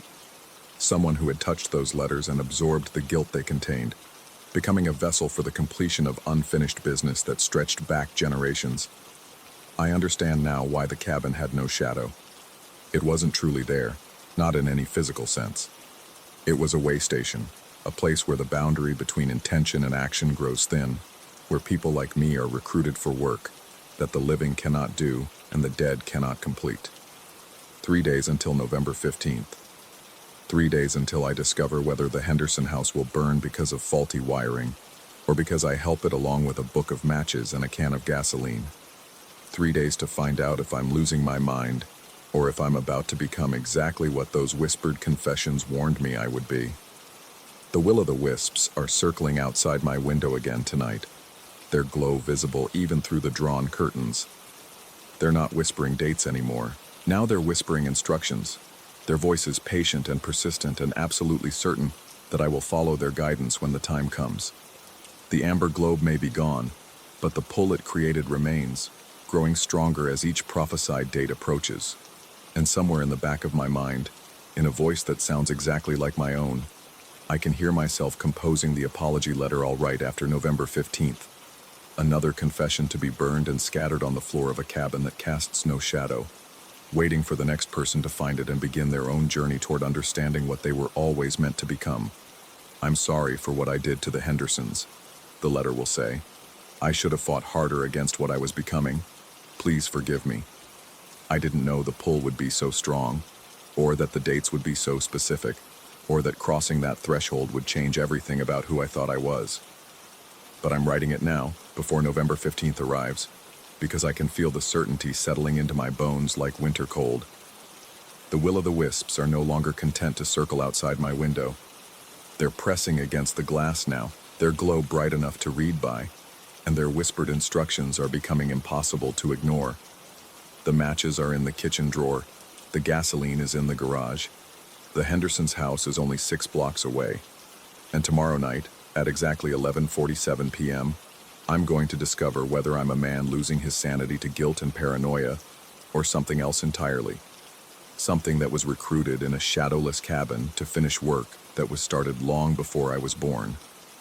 Either way, this letter will join the others on that cabin floor, waiting to transform into light and whisper its warnings to whoever finds the next amber globe and follows its guidance through the cypress trees to discover what they were always meant to become. The pull is getting stronger. November 15th is almost here. Story 6. The first drop hit my forehead like a cold finger, jolting me from sleep. I lay motionless in my tent, listening to the Iowa wilderness breathe around me. The subtle rustle of leaves, the distant cry of a night bird, the whisper of wind through branches. Then another drop, heavier this time, striking the tent fabric with a wet slap that shouldn't exist in a cloudless night. I unzipped the tent flap and peered into the darkness. The forest canopy stretched above me, a black lacework against stars, and as my eyes adjusted, I saw them, glistening droplets falling from the treetops like slow, deliberate tears. They caught what little moonlight filtered through the leaves, each one a tiny silver beacon announcing its descent. The smell hit me before I could retreat. Earth, rich and loamy, the scent of soil turned fresh by rain that had never fallen. But underneath that familiar aroma lurked something else, something synthetic and artificial that made my throat tighten. Shampoo. The drops were shampoo, falling from trees that had no business producing anything but sap and dew. I crawled from my tent, bare feet finding the forest floor damp with more than morning moisture. The drops continued their rhythmic descent, pattering against leaves and striking my skin with a consistency that felt almost deliberate. Each impact carried that same earthy chemical fragrance, and I found myself following the increasing concentration of droplets as they led deeper into the woods. The trail was unmistakable once I recognized it, a pathway marked not by broken twigs or disturbed undergrowth, but by the increasing frequency of those impossible tears from above. Every few steps, another drop would strike my shoulder, my head, the ground before my feet, as if the trees themselves were guiding me forward with their strange secretions. My rational mind offered explanations. Illegal dumping, some kind of environmental contamination, perhaps a ruptured pipe from a nearby facility I hadn't known existed. But this deep in the Loess Hills State Forest, 20 miles from the nearest road, such conveniences felt as unlikely as the alternative explanations my brain refused to fully form. The sandstone cave appeared gradually, its mouth yawning open like a wound in the hillside. The shampoo drops seemed to converge here, their trail becoming a steady stream that disappeared into the darkness beyond the entrance. I stood at the threshold, my skin prickling with more than the night's chill, and that's when I heard it. Laughter, soft, muffled, but unmistakably human. It echoed from somewhere deep within the cave, bouncing off stone walls until it became something distorted and strange. Not quite the sound of joy, not quite the sound of madness, but something caught between the two that made my spine feel like ice water was trickling down it. I should have left. Every instinct screamed retreat, return to the tent, pack up and drive back to Des Moines where strange liquids fell only from broken faucets, and laughter came from recognizable sources. Instead, I found myself drawn forward, one step and then another, following that chemical earth trail into the cave's embrace. The darkness was absolute, forcing me to navigate by touch and sound. The walls were smooth sandstone, worn by centuries of water and wind into organic curves that felt almost alive under my fingertips. The laughter continued, always seeming to come from just around the next bend, just beyond the reach of my vision. That's when I discovered the first hairbrush. My foot caught on something plastic and irregular, sending it skittering across the stone floor. I knelt and groped until my fingers closed around the familiar shape, a paddle brush with synthetic bristles, the kind sold in every drugstore across America. But this one was wrong somehow. The bristles were matted with what felt like moss and small twigs, and when I lifted it closer to my face, it carried that same earthy shampoo scent that permeated the forest above. I stumbled backward, dropping the brush, but my retreat was short-lived. Another brush lay just behind me, and another to my left. As my eyes slowly adjusted to the cave's gloom, I began to make out their shapes scattered across the floor, like the abandoned tools of some impossible grooming ritual. The laughter grew closer. I fled then, stumbling through the darkness, my hand scraping against stone walls as I sought the entrance. But the cave seemed longer on the way out, its passages more twisted, and when I finally burst into the night air, my lungs burning with exertion and panic, I found something that stopped me cold. The forest had changed.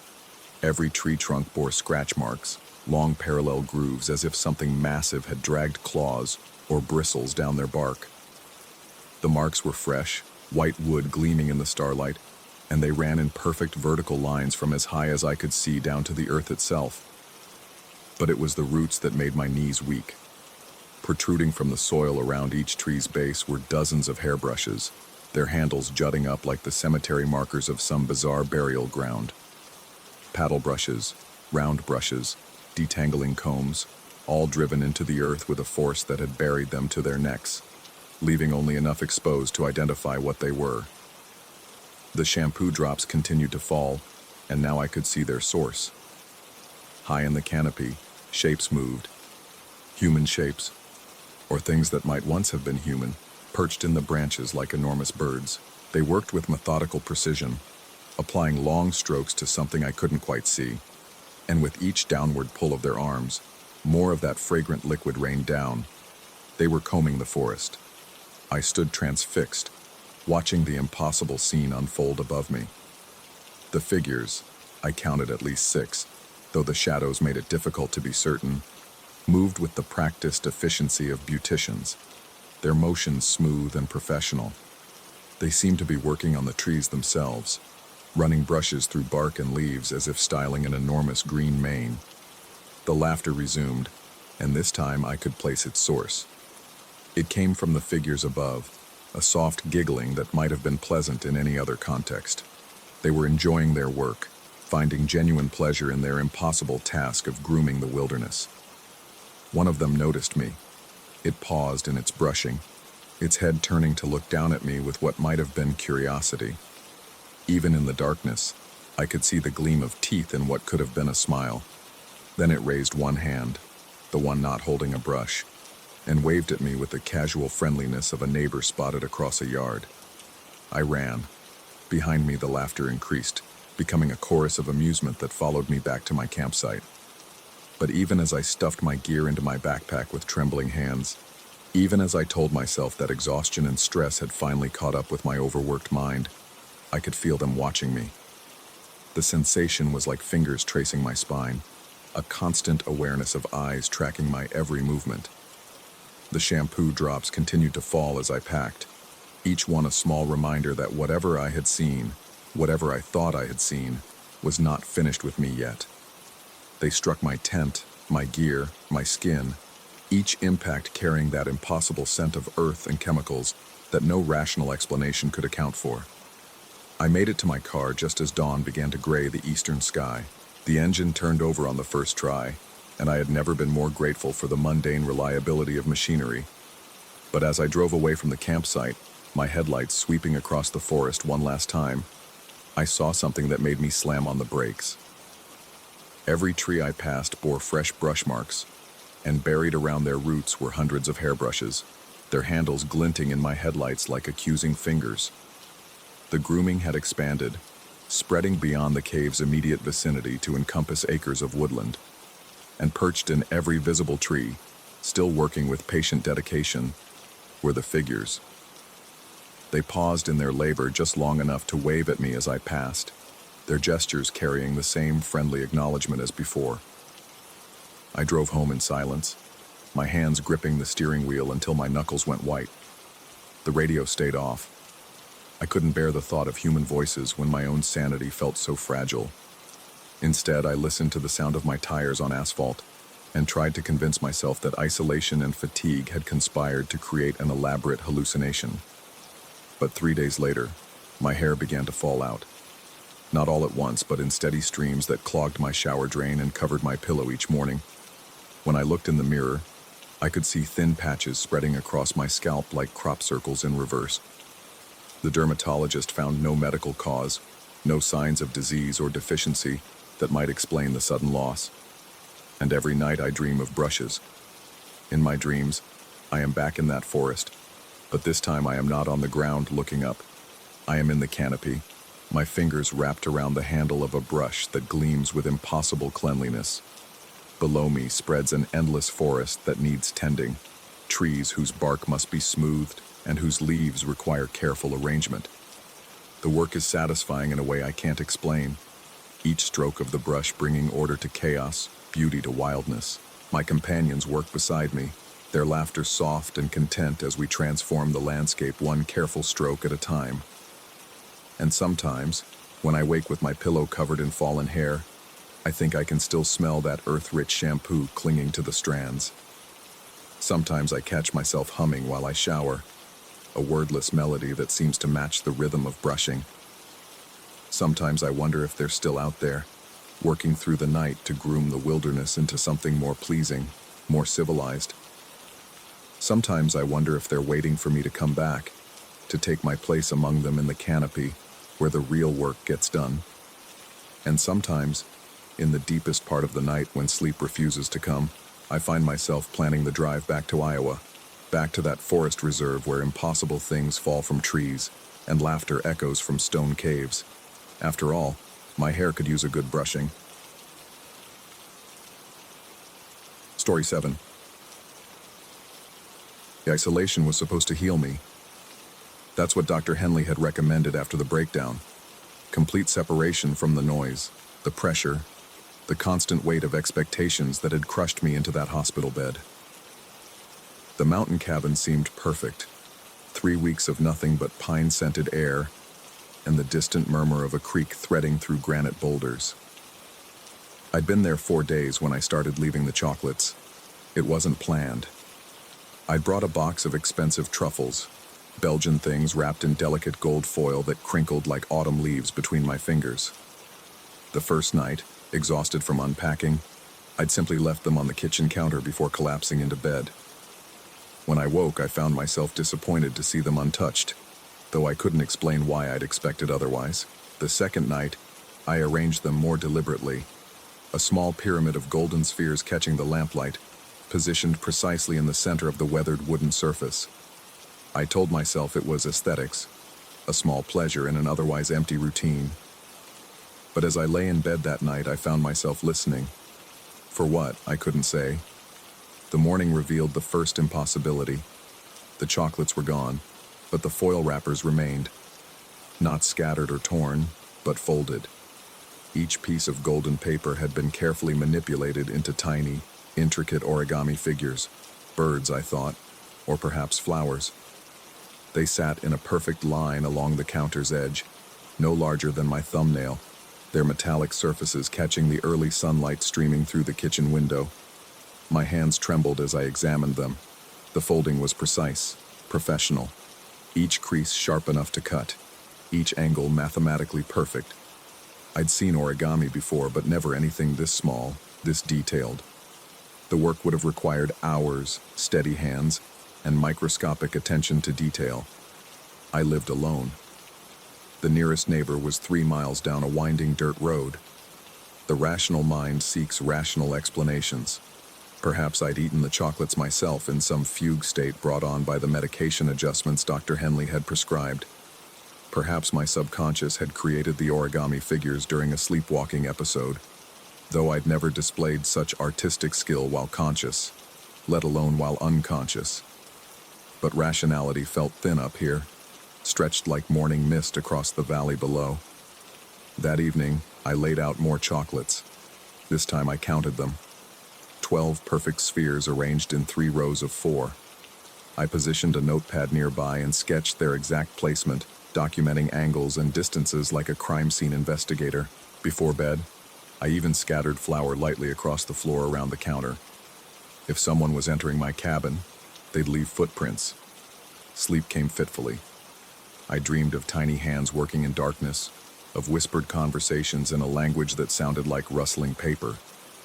Twice I woke, certain I'd heard movement in the kitchen. But when I crept to the doorway, I found only shadows and the soft ticking of the wall clock. Dawn brought the second impossibility. The chocolates were gone. The flour remained undisturbed. Not a single footprint marred its white surface. But the origami figures had multiplied. Dozens of them now, perhaps hundreds, each no larger than a pea. They formed intricate patterns across the counter, spirals within spirals, geometric mandalas that seemed to shift and breathe in my peripheral vision. And they were pointing.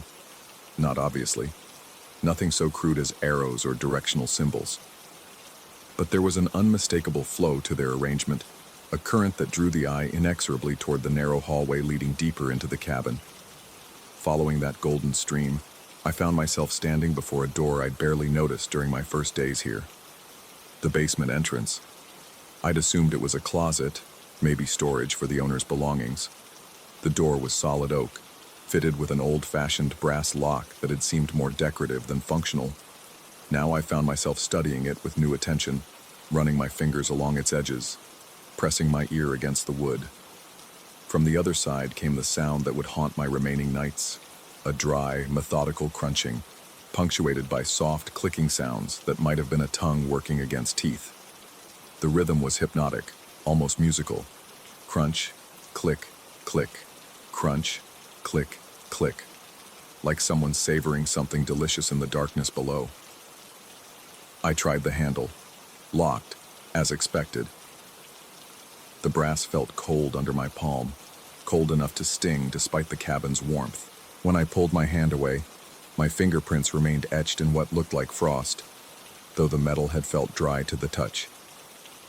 The sounds continued for perhaps 10 minutes, then faded into silence so complete it seemed to press against my eardrums.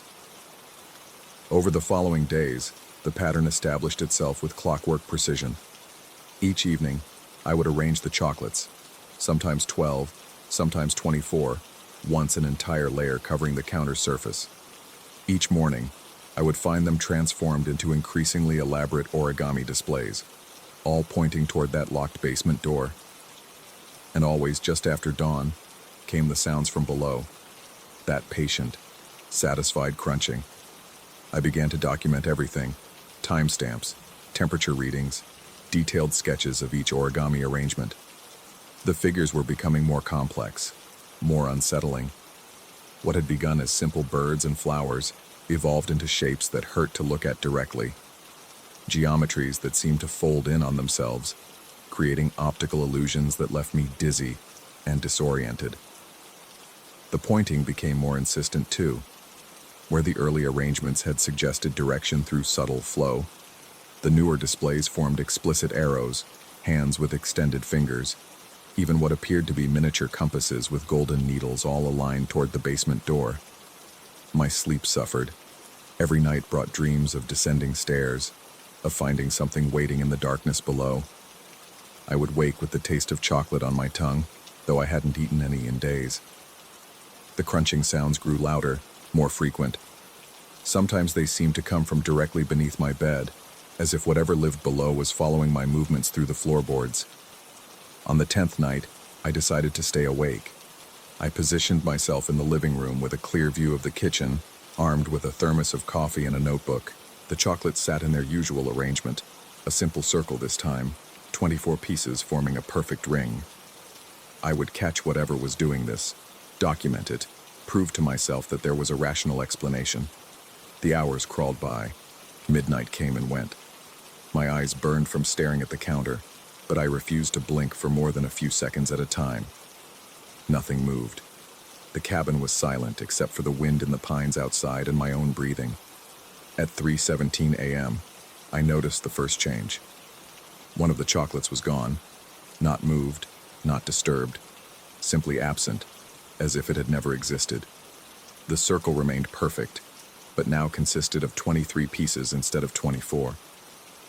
I hadn't seen it happen. One moment it was there, the next it wasn't. Another vanished at 3:23, then two more at 3:31. Each disappearance occurred in the split second between one heartbeat and the next, during that inevitable microsecond when human attention wavers. I tried focusing on individual chocolates, but somehow the ones I wasn't watching would vanish while I was concentrating elsewhere. By 4 a.m., they were all gone. The origami began materializing immediately afterward. Golden specks appeared like stars being born, growing from nothing into complex folded shapes that seemed to assemble themselves from pure intention. The process was beautiful and terrifying. Creation without creator, art without artist.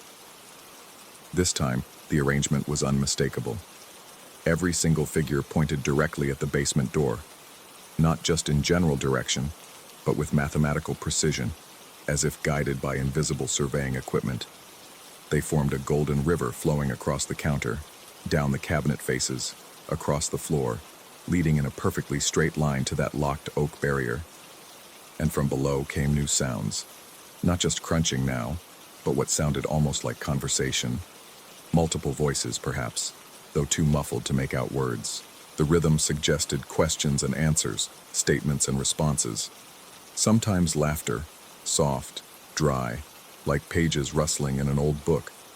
I approached the door with steps that felt like walking through quicksand. The brass handle was so cold it burned, but I grasped it anyway, turning until the mechanism clicked, still locked. But now I could hear breathing on the other side, slow, patient, as if something was waiting just beyond the threshold. "Who's there?" I whispered. The sound stopped immediately. The silence that followed was so complete it seemed solid, a wall of nothingness that pressed against my consciousness. Then, just as I was about to step away, came a single sound that froze my blood. The soft scraping of fingernails against wood, drawing slowly across the door's inner surface. I fled to my bedroom and didn't emerge until well past noon. The final week brought escalation. The origami figures began appearing throughout the cabin, not just in the kitchen, but scattered across surfaces like golden snowflakes. They accumulated in corners, drifted under furniture, clung to window screens like metallic insects. All pointed toward the basement, creating a three-dimensional compass that turned my home into a directional maze. The sounds from below grew bolder. I could hear footsteps now, or what might have been footsteps if they weren't so strangely rhythmic, so deliberately placed. They followed patterns. 7 steps, pause. 3 steps, pause. 1 step, pause. Over and over like a code being tapped out in percussion. I stopped leaving chocolates, but it made no difference. The origami continued to appear, folded from materials I couldn't identify, scraps of paper I'd never seen, fragments of what looked like aged parchment, even pieces that seemed to be made from compressed flower petals or leaf fragments. The work grew more sophisticated daily, evolving from simple figures into architectural models of impossible buildings, anatomical diagrams of creatures that shouldn't exist, star charts of unfamiliar constellations. My rational mind was crumbling. I found myself checking doors and windows compulsively, though I could never remember locking them. Food disappeared from my refrigerator in precise portions, always enough for 2 people, never for 1. I would discover muddy footprints on my floor, perfectly sized to match my own boots, though I hadn't worn them indoors. The breaking point came on my 19th night. I woke to find my bedroom filled with origami figures. They covered every surface: the dresser, the nightstand, the windowsill. thousands of tiny golden shapes creating a miniature cityscape of impossible architecture. They had arranged themselves in concentric circles around my bed, and in the moonlight streaming through the window, they seemed to pulse with their own inner light. All of them pointed down, through the floor, toward the basement. I rose from bed as if sleepwalking, my feet finding clear paths between the origami formations. They led me through the cabin like runway lights, guiding my steps with golden precision. The basement door stood open. I don't remember unlocking it. The brass handle was warm now, almost hot, and turned freely in my grip. Beyond the threshold lay a staircase descending into darkness, so complete it seemed to have weight and texture. The air rising from below carried impossible scents. Chocolate and cinnamon, old paper and pine needles, the metallic tang of fresh snow. From the depths came a sound I recognized but couldn't place. A gentle rustling, like someone turning pages in a book, or perhaps unfolding paper, working with delicate precision on some intricate creation that required perfect darkness to complete. "Come down," a voice whispered from below, or perhaps it was just the wind in the pines outside, coincidentally forming syllables that sounded like invitation. I placed one foot on the first step. The wood was warm, almost alive under my bare sole. Another step. The darkness seemed to part before me, creating a tunnel of slightly lesser black that suggested a path forward. Behind me, throughout the cabin, I could hear the origami figures stirring, a sound like autumn leaves in a gentle breeze, or rain on a tin roof, or 1,000 tiny wings beating in perfect synchronization. They were moving, rearranging themselves, creating new patterns and new meanings in my absence. I took another step down. The basement was larger than it should have been, larger than the cabin's foundation could possibly accommodate. In the darkness, I could sense vast spaces opening around me, chambers and corridors extending far beyond the property's boundaries. The air was warm and sweet, filled with the scent of chocolate and something else, something organic and alive, like breath or skin or the inside of someone's mouth. Shapes moved in the darkness, not threatening, but purposeful. I could hear them working, that familiar crunching sound, but softer now, more careful, like artisans perfecting their craft. The rustling of paper being folded and refolded, the whispered conversations in languages made of texture and temperature rather than words. A light appeared ahead of me, not electric, but warm and golden, like candlelight filtered through amber. It illuminated a workshop of sorts, tables covered with tools I couldn't identify, shelves lined with containers holding what looked like starlight and compressed moonbeams. And everywhere, the origami figures. Not just the simple ones I'd found upstairs, but elaborate creations of impossible complexity. Cities of folded paper, forests of metallic trees, entire civilizations crafted from candy wrappers and love notes and pages torn from books I'd never read. At the center of it all sat a figure I almost recognized. Human in shape but wrong in proportion, with fingers too long and eyes too bright. It looked up from its work, a origami dragon so detailed I could see individual scales, and smiled with teeth like pearls. "You've been so generous," it said, and its voice was the sound of paper being carefully folded. "So patient. Not everyone appreciates craftsmanship these days." I tried to speak, but no words came. The figure gestured to the workshop around us, to the thousands of creations that filled the impossible space. "All from your gifts," it continued. "Each wrapper a new possibility.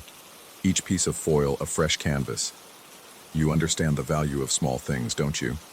The beauty that can emerge from what others discard." Behind me, I could hear movement on the stairs. More figures descending, or perhaps ascending. The boundary between up and down seemed negotiable here, subject to revision based on need or whim. "You could stay," the figure suggested, returning to its work. "There's so much to create, so many stories to fold into being, and you clearly have an appreciation for the process."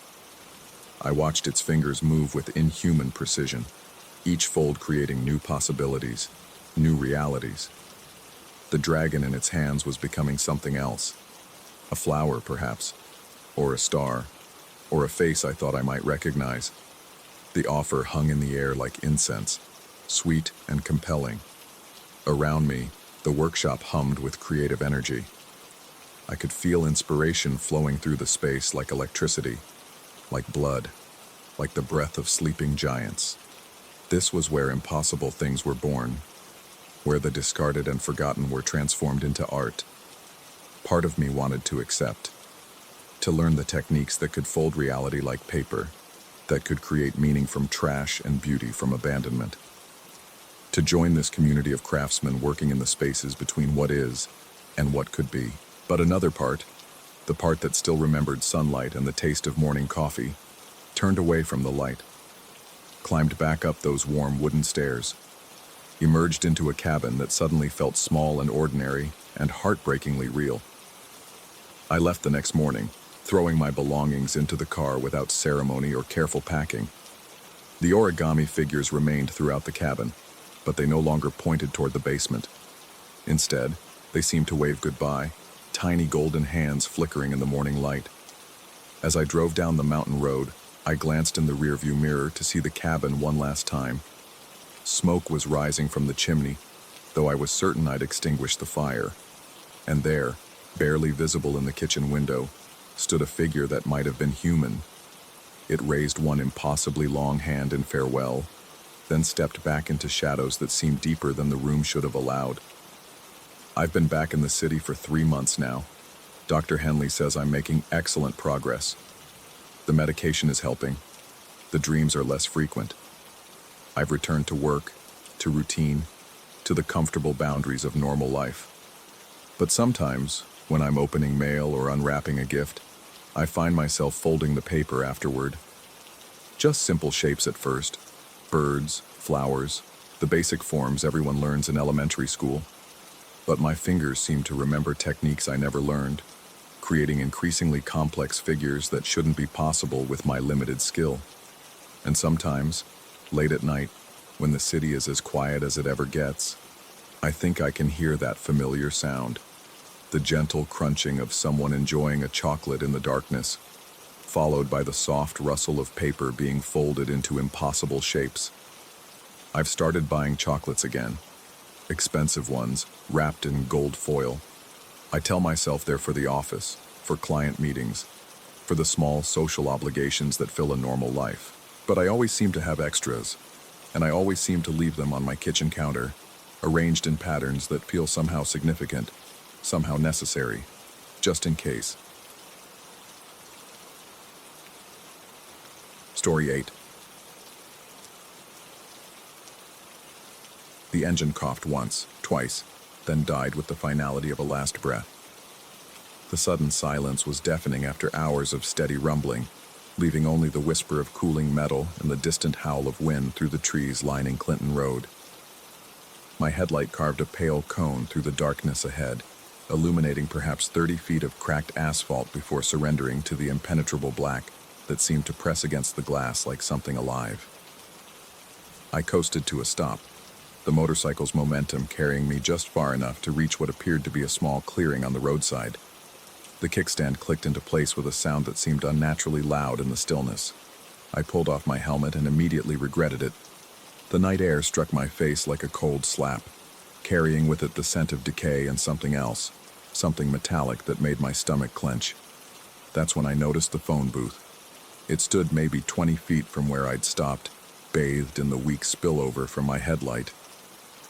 Red paint gleamed wetly in the dim illumination, though I couldn't recall seeing rain. The booth appeared pristine, as if it had been placed there moments before my arrival, yet something about its presence felt impossibly ancient. No wires connected it to anything. No utility lines ran to or from the structure. Most unsettling of all, there was no signage, no phone company logo, no instructions for use, no rates posted anywhere on its surface. The silence stretched until my ears began to ring. I fumbled for my cell phone, knowing already what I would find. No signal. The screen showed a single bar, then nothing, then flickered between emergency calls only, and complete dead zones. Clinton Road had always been notorious for poor reception, but this felt different. deliberate somehow. A sound pierced the quiet. Sharp, electronic, insistent. The phone booth was ringing. The sound came in measured intervals, each ring seeming to echo longer than physics should allow. I found myself counting without conscious intent. 1, 2, 3, 4. The silence between rings felt pregnant with possibility, as if the darkness itself was holding its breath. 5, 6, 7, 8. I approached the booth slowly, my boots crunching on gravel that I couldn't see but could feel shifting beneath my feet. The metal handle was surprisingly warm when I pulled the door open, the hinges groaning in protest despite the booth's apparent newness. The interior smelled of copper pennies and ozone, sharp and clean in a way that made my sinuses burn. The handset hung heavy in my grip as I lifted it to my ear. The expected dial tone never came. Instead, I heard static, not the white noise of a bad connection, but something more organic, almost like breathing. Beneath the static, patterns began to emerge, forming what might have been words if I listened carefully enough. Look at the speedometer, the static seemed to whisper. The sound came from impossibly far away, as if traveling through layers of reality to reach me. Look at the speedometer. I glanced back at my motorcycle, its dashboard still dimly lit by residual battery power. The speedometer read 0, as expected for a stationary vehicle. But below it, the odometer glowed with steady numbers. 47,482 miles. Nothing unusual about that. I'd been keeping track of the bike's mileage religiously since purchasing it used 3 months ago. The static in the phone shifted, becoming more insistent. Look again, it seemed to say, though the words never quite formed completely. Always almost words, always just beyond the threshold of understanding. I looked. The odometer now read 47,381. My breath caught in my throat. I blinked hard, certain I'd misread the display. Digital readouts didn't just change on their own, especially not in the wrong direction. Odometers measured total distance traveled. They increased, never decreased. It was a fundamental law of automotive reality, as reliable as gravity or the passage of time. But there it was, 47,381, 1 mile less than before. The static in the phone booth crackled with what might have been amusement. I pressed the handset tighter against my ear, straining to make sense of the sounds flowing through the connection. Sometimes they almost resolved into intelligible speech, but whenever I focused directly on them, they slipped away like smoke. The night around me felt different now, charged with an energy that made the hair on my arms stand up beneath my leather jacket. The darkness beyond my headlight seemed denser, more substantial, as if it were not merely the absence of light but a presence in its own right. I had the distinct sensation of being watched, though I could see nothing beyond the small circle of illumination surrounding my motorcycle and the phone booth. I forced myself to look at the odometer again. 47,380. The number had dropped another mile while I wasn't watching. This was impossible. Even if the display was malfunctioning, odometers didn't count backward. They couldn't. The mechanical and electronic systems simply weren't designed to work in reverse. The static in the phone shifted again, taking on an almost musical quality. I found myself leaning into the booth, drawn by patterns that seemed just on the verge of meaning. The metal walls felt warm against my shoulders, as if the structure were generating its own heat. The warmth was comforting at first, then gradually became oppressive, like being inside something's mouth. When I next checked the odometer, it read 47,379. My hands began to shake. I set the phone handset back in its cradle, but the static continued, now seeming to emanate from the air itself rather than the device. The booth's door had somehow closed behind me without my noticing, and when I pushed against it, it resisted as if held shut by invisible hands. The panic started as a flutter in my chest, then spread outward like spilled liquid. This wasn't real. Couldn't be real. Phone booths didn't appear from nowhere on empty roads. Static didn't whisper instructions. Odometers didn't count backward. But when I looked through the booth's glass panels at my motorcycle, the display clearly showed 47,378. I threw my shoulder against the door, and it opened so suddenly that I nearly fell. The night air struck me like a physical blow, sharp and clean after the stifling warmth of the booth's interior. I stumbled back to my motorcycle, my legs unsteady beneath me. The odometer read 47,327. I watched the display intently, my eyes fixed on the glowing numbers. Nothing happened. The digits remained constant, solid, reassuring. But the moment I glanced away, just a quick look around to check my surroundings, and looked back, another mile had vanished. 47,376. The pattern became clear with horrible certainty. Each time I observed the odometer directly, it remained stable. But whenever my attention wandered, even for a second, the count decreased. It was as if my very act of observation was the only thing preventing some inexorable process from continuing. The static from the phone booth grew louder, more insistent. Even with the door closed and the handset cradled, I could hear it clearly. The sound had evolved beyond simple electronic noise into something that seemed almost organic, like the whispered conversations of insects or the rustle of dry leaves. Within the static, I began to hear other sounds: distant traffic, the slam of car doors, voices calling across empty spaces. 47,375. I tried starting the motorcycle. The engine turned over but wouldn't catch, producing only a sick whining sound that echoed strangely in the surrounding darkness. The headlight flickered, dimmed, then brightened again, casting shifting shadows that seemed to move independently of their sources. The static spoke again, clearer now. The words formed like ice crystals in my mind, sharp and impossibly cold. How far have you really traveled? I stared at the odometer, refusing to look away. The numbers held steady at 47,375, but I could feel them wanting to change, could sense some fundamental force pressing against the barrier of my observation. My eyes began to water from the strain of focusing on the glowing display, but I didn't dare blink. A new sound emerged from the static. Footsteps, slow, deliberate, circling the phone booth in measured intervals. I couldn't see anyone in the darkness beyond my headlight, but the footsteps were unmistakable. The crisp click of dress shoes on pavement, moving with the patience of something that had all the time in the world. My eyes burned. Tears blurred my vision, making the odometer digits swim and shift. I blinked involuntarily, just once, and when my vision cleared, the display read 47,374. The footsteps stopped. In the silence that followed, I became aware of other sounds that shouldn't have been there. The distant hum of traffic on a road that should have been empty. The electronic chimes of a convenience store door. The murmur of voices discussing weather and groceries and mundane concerns of daily life. It was as if I were hearing echoes of every journey this stretch of road had ever witnessed, all playing simultaneously in the static-filled air. 47,373. The numbers were falling faster now, dropping each time my concentration wavered even slightly. I began to understand that this wasn't about the motorcycle at all. The odometer was measuring something else entirely, some distance I had traveled that had nothing to do with physical movement through space. The phone booth rang again. The sound cut through the static like a blade, sharp and demanding.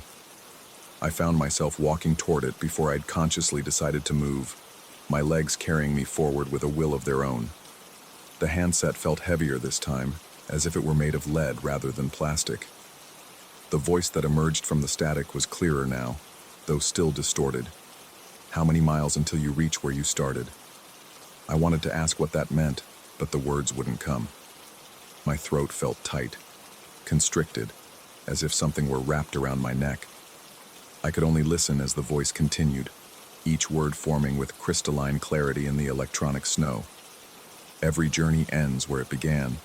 Every mile forward is a mile back. Count carefully, you're almost home. The odometer read 47,270 when I looked. Time seemed to stretch and compress around me. Minutes passed like hours, or perhaps hours passed like minutes. The static became a constant presence, no longer emerging from the phone but surrounding me entirely, pressing against my skin like warm water. Within its embrace, I heard fragments of conversations I thought I recognized. My own voice, years younger, talking to friends who no longer answered my calls, discussing plans that had never materialized, promises that had never been kept. 47,365. The realization came slowly, like a tide creeping up a beach. The odometer wasn't malfunctioning. It was working exactly as designed, measuring distance with perfect accuracy. But the distance it measured wasn't the physical miles my motorcycle had traveled. It was something else, something that moved in the opposite direction from normal progress. A countdown rather than a tally, a subtraction rather than an addition. I thought about my life over the past few months, the changes I'd made, the routes I'd taken. The motorcycle had been an impulse purchase, bought with money I couldn't afford from a dealer who'd seemed too eager to sell. I'd started taking long rides at night, always ending up on roads I didn't remember choosing, always returning home later than I'd planned with gaps in my memory that I'd attributed to fatigue. 47,360. The footsteps resumed, circling closer now. I could hear them clearly despite seeing nothing in the darkness beyond my diminishing headlight. The beam grew weaker with each pulse of my heart, as if my very life force were powering the failing bulb. In the growing shadows, shapes began to emerge, not quite human, not quite anything else, moving with the fluid grace of smoke given form. The phone booth glowed brighter, its red paint now seeming to pulse with an inner light. Through its glass panels, I could see movement inside. Figures hunched over what might have been a desk or control panel, their features obscured by the static that now filled the air like fog. 47,305. I understood then what the voice had meant. Every mile I'd traveled on my motorcycle had been borrowed, taken from some account that was now demanding payment. The odometer was counting down to zero, measuring not how far I'd gone, but how far I had left to go before reaching the place where all journeys end. The static voice spoke one final time, its words echoing in my bones. Welcome home. I looked at the odometer. The numbers flickered, wavered, then settled on a reading that made my heart stop. Euro 1000. The headlight died. The engine went silent. In the absolute darkness that followed, I heard the phone booth door open and close with a sound like a coffin lid settling into place. Footsteps approached across the gravel, slow and inevitable. But when morning came, if morning ever came, would anyone find a motorcycle on Clinton Road? Would there be any evidence that I had ever been there at all? Or would the road simply stretch empty between its dark borders, waiting for the next traveler to discover that some distances can only be measured in reverse, and some journeys end before they begin? The static whispers that I'm still there, still listening to the phone that rings in an empty booth on an empty road. It whispers that the odometer still glows in the darkness, still counting backward toward zero, still measuring miles that exist only in the space between what was and what might have been. Sometimes, late at night, when the signal is weak and the line is full of electronic snow, people claim they can hear voices in their phones, travelers calling for help from a place that exists just off the main roads, where phone booths appear without explanation, and time moves in directions that shouldn't be possible. They say if you listen carefully to the static, you can hear someone reading numbers that decrease instead of increase, counting down to a destination that everyone reaches eventually, but no one remembers arriving at. They say the voice sounds desperate, pleading, as if knowing that when the count reaches zero, something fundamental will change, not just for the traveler, but for everyone who hears the message. But maybe that's just another story people tell themselves to make sense of signals that carry no meaning, voices that speak no words, and miles that measure nothing more than the distance between where we are and where we fear we're going. The only way to know for sure would be to take that ride yourself, to follow Clinton Road deep into the hours when logical explanations break down and impossible things become inevitable, to listen for the ringing of a phone that shouldn't exist and answer when it calls your name. Just remember to check your odometer before you go, and watch it carefully while you're there. Because once the numbers start moving backward, you might discover that some trips can't be retraced, and some miles can never be recovered. The phone is still ringing, somewhere in the static between stations. The booth is still glowing red in the darkness beside roads that don't appear on any map, and the odometer is still counting down, measuring the distance between where we think we're going and where we've already been.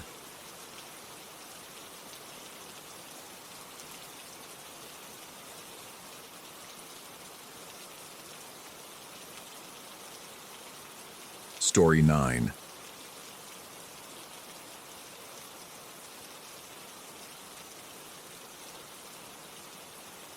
The fog rolled in from the northwest that October evening, thick as cotton batting and twice as suffocating. I should have stayed inside, should have drawn the curtains and pretended the world beyond my property line didn't exist. But the cattle had been restless for 3 days straight, lowing and stamping in ways that made my skin crawl, and I needed to check the fence line before dark. My boots squelched through the damp grass as I made my way across the pasture, flashlight beam cutting a weak path through the mist. The familiar weight of the maglite in my palm should have been comforting, but tonight it felt inadequate, a child's toy against something vast and patient. That's when I saw it. 9 feet tall, maybe more, standing motionless in the center of the field, like a pale monument to something I couldn't name. Its skin, if skin was the right word, gleamed alabaster white through the fog, smooth and translucent as polished marble. The head swayed slowly from side to side, oval-shaped and too large for any earthly proportion, as if it were calculating something in the air itself. Wind patterns, maybe, or my approach. I froze, breath catching in my throat. The flashlight beam trembled in my grip, casting wild shadows that seemed to dance around the creature's impossible form. For a heartbeat, we regarded each other across 30 yards of mist-shrouded grass, predator and prey, though I couldn't tell which was which. Then my light found its face. There were no features, no eyes, no mouth, no nose. Just a smooth expanse of that translucent skin stretched over what might have been bone, or might have been something else entirely. Yet I felt its attention like a physical weight, pressing against my chest until each breath became a conscious effort. The thing tilted its head, and I heard myself make a sound, half gasp, half whimper. Without thinking, I raised the flashlight higher, flooding it with the full force of the beam. It moved. The transformation happened so quickly my eyes could barely process it. One moment it stood upright, alien and statuesque. The next, it had folded in on itself with fluid precision, joints bending in directions that defied anatomy. 4 limbs, no, 4 claws, touched the ground simultaneously, each one ending in what looked like curved talons that gleamed wetly in the light. Then it was gone. Not running, not leaping. Gone. Vanished into the fog as if it had never existed at all, leaving only silence and the metallic taste of fear coating my tongue. I swept the beam frantically across the empty field, heart hammering against my ribs like a caged bird. Nothing. No movement. No sound. No sign that anything had ever been there. But when I finally worked up the courage to approach the spot where it had stood, I found them. 4 parallel grooves carved deep into the earth, each one perfectly straight and roughly 2 feet long. They looked like scythe marks, as if something impossibly sharp had sliced through the grass and soil with surgical precision. I ran then, flashlight beam bouncing wildly as I stumbled back toward the house. My lungs burned by the time I reached the porch, and my hands shook so badly I could barely get the key in the lock. Once inside, I threw the deadbolt, checked every window, and pulled the curtains tight. Sleep didn't come that night. I sat in my recliner with a cup of coffee growing cold in my hands, staring at the drawn curtains and listening to every creak the old house made as it settled. Around 3 in the morning, I thought I heard something moving across the front porch. A soft, measured tread that might have been footsteps. Or claws. The sound stopped directly outside my living room window. I held my breath, coffee cup forgotten in my lap, and waited. Minutes crawled by. Then, so faintly I might have imagined it, came the sound of something scraping against the glass. Not claws this time, something smoother, like bone or polished stone dragging across the surface in slow, deliberate patterns. When morning finally arrived, I found 4 deep scratches etched into the window pane, too precise to be accidental and too regular to be natural. They formed a perfect square, as if something had been measuring the glass, or marking it. The rational part of my mind, the part that had gotten me through 43 years of life without losing my grip on reality, whispered explanations. Stress, isolation, too many years living alone on 30 acres, with nothing but cattle for company. Maybe I'd imagined the whole thing, projected my anxieties onto fog and shadows until they took on a life of their own. But the scratches were real. The grooves in the pasture were real. And when I checked the security camera I'd installed above the front door, the timestamp showed exactly what I'd feared. Nothing. 4 hours of empty porch, mist swirling in the motion sensor light, not so much as a leaf disturbing the stillness. Yet the scratches remained. I spent the next day in town, wandering the aisles of Henderson's Hardware like a man shopping for his own salvation. Motion lights, security cameras, even a couple of those electronic pest deterrents that were supposed to emit high-frequency sounds. The kid behind the counter, Tommy Henderson's boy, couldn't have been more than 20, looked at me like I'd lost my mind when I asked about reinforcing window glass. "You having trouble with vandals, Mr. Carver?" he asked, scanning the barcodes on a package of outdoor floodlights. I opened my mouth to explain, then thought better of it.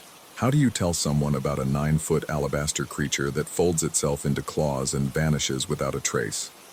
How do you describe the weight of invisible attention pressing against your chest, or the sound of something inhuman scraping patterns into your windows?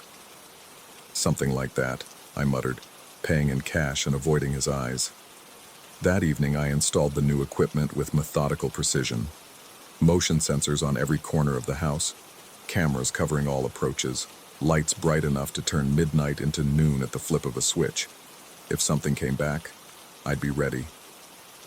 The fog rolled in again just after sunset. I watched it approach from my kitchen window, a wall of gray-white vapor that seemed to swallow the landscape whole. The new security lights flickered on and off as wisps of mist triggered the motion sensors, casting the yard in a stuttering strobe that made my eyes water.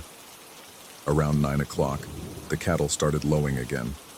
Low, mournful sounds that carried across the field like a funeral dirge. I checked the monitor for the pasture camera, but the fog was too thick to see more than a few feet in any direction. Then the power went out. The house plunged into darkness so complete it felt solid, pressing in from all sides like a living thing. Emergency lighting kicked in after a few seconds, pale LED strips that cast everything in sickly green shadows. But the security system was down, the cameras blind, the motion sensors useless. I fumbled for my flashlight, hands trembling as I clicked it on. The beam seemed weaker than before, barely penetrating the gloom that had settled over everything like a burial shroud. Through the kitchen window, I could see nothing but fog and the faint outline of the nearest fence post. That's when I heard it, a soft tapping against the back door. Not knocking, tapping, deliberate and rhythmic like Morse code or a woodpecker working dead timber. I approached the door slowly, flashlight raised, and peered through the small glass panel set into the frame. Nothing but fog and darkness. The tapping stopped. I stood there for what felt like hours, beam trained on the empty porch, waiting for movement that never came. My back ached from the tension, and my arms felt like lead weights, but I didn't dare lower the light or step away from the door. When the tapping resumed, it came from the front of the house. I moved through the darkened rooms like a man underwater, each step deliberate and careful. The floorboards creaked beneath my feet, sounds I'd never noticed during the day, but which now seemed loud as gunshots in the oppressive silence. The front door's security light was dead, its LED panel dark and lifeless. Through the window beside it, I could make out the vague shape of the porch railing and nothing else. The tapping had stopped again, leaving only the whisper of my own breathing and the distant sound of the cattle growing more agitated. I pressed my face to the glass, cupping my hands around my eyes to block the reflection of my flashlight beam. For a moment, I saw nothing but swirling mist. Then something moved in my peripheral vision, a pale shape gliding past the edge of the porch with fluid, silent grace. My heart stopped. The thing was back, but different now. Instead of the upright, swaying figure I'd seen in the pasture, this creature moved on all fours with predatory elegance. Its limbs were longer than they should have been, joints bending at impossible angles as it navigated the porch like water flowing around obstacles. I watched in horrified fascination as it approached the window where I stood. Up close, its skin was even more translucent than I'd remembered, revealing shadows of structure beneath. Not bones exactly, but something harder and more angular, like crystalline formations growing inside a cocoon of pale flesh. It stopped directly in front of the glass, less than 2 feet from my face. For a long moment, we regarded each other in perfect stillness. I could see my own reflection superimposed over its featureless head, my eyes wild and white with terror. Then, slowly, deliberately, it raised one claw and placed it against the window. The glass didn't break. Instead, it began to change, becoming softer somehow, more pliable. The creature's talons sank into the surface like it was pressing into warm clay, leaving a depression that glowed faintly in the darkness. I stumbled backward, flashlight beam wavering wildly, but I couldn't look away. The thing began to move its claw in careful patterns, carving symbols into the glass with surgical precision. Not random scratches this time, deliberate marks that seemed to pulse with their own internal light. When it finished, it tilted its head toward me in what might have been acknowledgement or invitation. Then it withdrew its claw, the glass snapping back to its original hardness with an audible pop, leaving the glowing symbols embedded in its surface like veins of luminescent ore. The creature took a step back, folded itself into that impossible four-limbed configuration, and vanished into the fog. I don't know how long I stood there, staring at the symbols carved into my window. The patterns seemed familiar somehow, though I couldn't place where I might have seen them before. They reminded me of circuit diagrams, or star charts, or maybe the neural pathways of some vast alien mind. The power came back on around midnight, flooding the house with warm yellow light that should have been comforting but instead felt harsh and artificial after hours of darkness.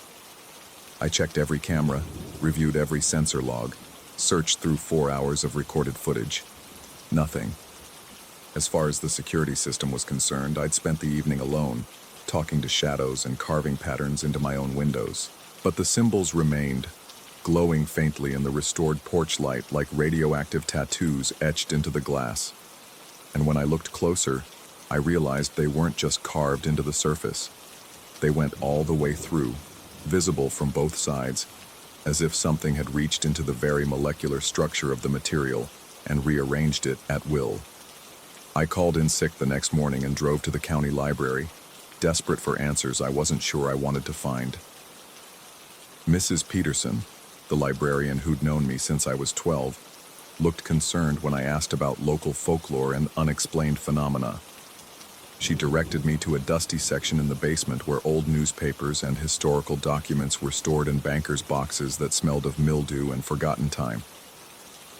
I spent 6 hours down there, searching through decades of local records for any mention of strange sightings or unexplained events. Most of what I found was typical small-town oddity: reports of phantom lights over the old quarry, cattle mutilations that turned out to be coyote attacks, the usual collection of ghost stories that accumulate around any place with enough history. But in a 1987 issue of the County Gazette, buried in a section of reader-submitted stories, I found something that made my blood run cold. A farmer named Ezekiel Morrison had written about encounters with what he called the Pale Watcher, a creature that appeared during fog-heavy nights and seemed to study his property with inhuman intelligence. Morrison's description matched what I'd seen almost perfectly. 9 feet tall, alabaster skin, an oval head that swayed as if calculating wind patterns. But his account went further, describing weeks of escalating encounters that left him questioning his own sanity. Strange marks on his windows, geometric patterns carved into his fields, the sense of being perpetually observed by something that existed just beyond the edge of perception. The final entry was dated 3 weeks later, a brief obituary stating that Ezekiel Morrison had been found dead in his kitchen, apparently of natural causes. No mention of foul play, no signs of struggle. Just a man who died alone, surrounded by windows covered in symbols that local authorities couldn't explain and didn't care to investigate. I photocopied every page, hands shaking as the machine hummed and flashed. On the drive home, I couldn't stop thinking about Morrison's fate. Not the death itself, but the isolation that had preceded it, the slow dissolution of certainty, the gradual erosion of the boundary between real and imagined, until nothing remained but questions without answers and a man alone with his fear. The fog has been rolling in every night for 2 weeks now. The creature appears without fail, always after the power goes out, always when my security system conveniently malfunctions. Each visit, it adds new symbols to my windows, and each morning I find fresh grooves carved into the earth around my house, complex geometric patterns that seem to form some kind of expanding diagram. I've stopped trying to photograph the marks or document the encounters. The evidence always disappears or corrupts, leaving me with nothing but my own increasingly unreliable testimony. Friends and neighbors have begun to avoid me, their expressions carefully neutral when I try to explain what's happening. Dr. Martinez, the physician I've been seeing since childhood, has started using terms like stress-induced hallucinations and isolated psychotic episodes. Maybe he's right. Maybe the rational explanations are the only ones that matter, and everything else is just the product of a mind under pressure, finding patterns in chaos and meaning in randomness. Maybe Ezekiel Morrison died of natural causes, and the symbols on his windows were just the delusions of a lonely man who spent too much time staring into the fog. But tonight, as I write this, the mist is gathering again beyond my window. The power will go out soon, it always does, and the pale watcher will return to continue whatever work it believes itself to be doing. The symbols on my glass have begun to pulse more rapidly, their glow intensifying as darkness falls, and I can feel that familiar weight of attention settling over the house like a blanket made of eyes. I don't know what it wants from me, this alabaster sentinel that folds itself into impossible configurations and carves meaning into matter with surgical precision. I don't know if it's real or imagined, alien or terrestrial, harbinger or phantom. All I know is that Morrison's story ended with his death, and mine shows no sign of reaching any conclusion at all. The fog is thicker tonight than it's ever been, pressing against the windows like living tissue. The cattle have fallen silent, not the restless quiet of earlier weeks, but a deeper stillness that suggests they've finally learned to accept what they cannot understand. I think I'm beginning to understand as well, not what the creature is, or what it wants, but something more fundamental about the nature of certainty itself. We build our lives on the assumption that reality is fixed, that the world operates according to rules we can comprehend and categories we can define. But what happens when those assumptions prove inadequate? What do we become when the boundaries of the possible expand beyond our ability to map them? The lights just flickered. Soon the house will be plunged into that familiar green-tinted darkness, and I'll take my position at the window to watch symbols being carved into glass by something that may or may not exist. Tomorrow, I'll examine the evidence in daylight and find nothing that can't be explained away by stress, isolation, and the persistent human need to find meaning in meaninglessness. But right now, in this moment between certainty and doubt, I can hear the soft tapping beginning at my back door, patient, rhythmic, and somehow approving, as if the pale watcher has finally taught me the most important lesson of all. Some questions aren't meant to be answered. They're meant to be lived with. The power is going out now. The tapping has stopped, which means it's moving to the front of the house, where new symbols wait to be carved and new understanding waits to be born. I'm no longer afraid. I think that's what worries me most of all. Story 10. The GPS died somewhere between mile marker 17 and the place where hope goes to rot. Static had been crawling through the radio for the last hour, punctuated by brief, garbled voices speaking in what might have been Spanish, or perhaps just the sound of wind through broken teeth. My phone showed no signal, naturally. 3 bars would have been a miracle out here in what the locals probably called God's country, though God seemed to have abandoned this particular stretch of Nebraska dirt road sometime around the Dust Bowl. The headlights carved twin tunnels through darkness so complete it felt solid, pressing against the windshield like black velvet. Dust motes danced in the beams, tiny ghosts performing their eternal waltz. I'd been driving for 6 hours straight, chasing a job interview that had seemed crucial 12 hours ago and now felt like someone else's half-remembered dream. The interstate had led to state highways, which had led to county roads, which had somehow deposited me onto this nameless artery of packed earth and gravel that stretched endlessly into the Nebraska void. My hands ached from gripping the steering wheel. The car, a 15-year-old Honda that had seen better decades, groaned with each pothole and rut. The engine temperature gauge hovered dangerously close to the red zone, and I could smell something burning that probably shouldn't be burning. But stopping here, in this ocean of corn stubble and winter-dead grass, felt like surrendering to something I couldn't name. That's when I saw the light ahead. Not headlights. I'd been alone on this road for over an hour. This light flickered like flame, warm and yellow against the crushing darkness. As I drew closer, my foot unconsciously easing off the accelerator, the light resolved into multiple sources. Lanterns, I realized. Old-fashioned kerosene lanterns held aloft by figures standing in what appeared to be a perfect circle in the middle of the road. I brought the car to a stop about 30 yards away, close enough to see but far enough to feel some illusion of safety. The engine ticked and pinged as it cooled, the only sound in a world that had suddenly gone impossibly quiet. Even the wind had died. There were 9 of them, maybe 10. It was difficult to count with any certainty, because they stood so still they seemed to blur together, white shapes against the black sky. Each figure wore what looked like a bedsheet draped over their body, the kind of improvised ghost costume children might wear for Halloween. But these sheets were wrong, stained with dark patches that could have been mud or something worse. The fabric hung heavy and wet, clinging to bodies underneath in ways that suggested human form, but not quite human proportions. They faced inward toward the center of their circle, not toward me, though I felt observed nonetheless. Each figure held a lantern raised above their head, but the lanterns cast no light. They were dark, cold, useless things that somehow managed to be more unsettling than if they had been ablaze. The only illumination came from my headlights, creating a cone of harsh white light that seemed to stop just short of the circle, as if the darkness there was thicker, more resistant. I sat in the car for what felt like hours but was probably only minutes, waiting for someone to move, to acknowledge my presence, to do anything that would explain what I was seeing. The rational part of my mind, the part that had gotten me through college and 3 job interviews this week, suggested this was some kind of rural art installation, or perhaps a religious ceremony I didn't understand. Nebraska was full of small communities with their own traditions, their own ways of marking time and season. But the rational part of my mind was being systematically strangled by the growing certainty that something was fundamentally wrong with this picture.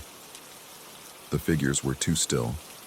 No human being could stand that motionless for that long, not without some subtle shift of weight, some involuntary movement. Even in deep meditation or prayer, people breathed, and breathing meant movement. These figures stood like statues, like scarecrows, like things that had never drawn breath at all. And there was the matter of the lanterns. Why carry lanterns that provided no light? Why gather in a circle in the middle of a dirt road at... I checked the dashboard clock. 2:47 in the morning. The whole scene felt staged, theatrical, as if it existed solely for my benefit. But that was impossible. No one knew I would be on this road tonight. Hell, I didn't know I would be on this road tonight. I realized I was holding my breath and forced myself to exhale. The sound seemed thunderous in the car's small cabin. I considered backing up, turning around, finding another route to wherever I was going.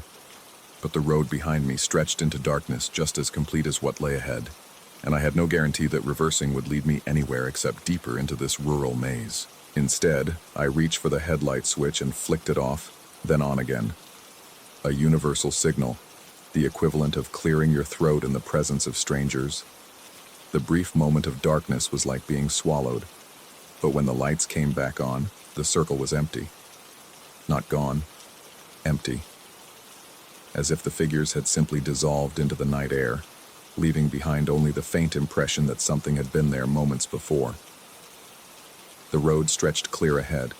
No obstacles, no mysterious gatherings, nothing but packed earth and the promise of eventually reaching civilization.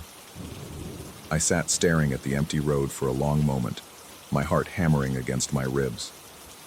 The sensible thing would be to drive forward, to chalk this up to fatigue and highway hypnosis, to the kind of visual tricks that happen when you've been driving too long on too little sleep. I was probably micro-sleeping, experiencing brief dreams that felt completely real. It happened to long-distance drivers all the time. But as I reached for the gear shift, movement in the rearview mirror caught my eye. They were there, in the reflection, standing in their circle exactly as they had been moments before.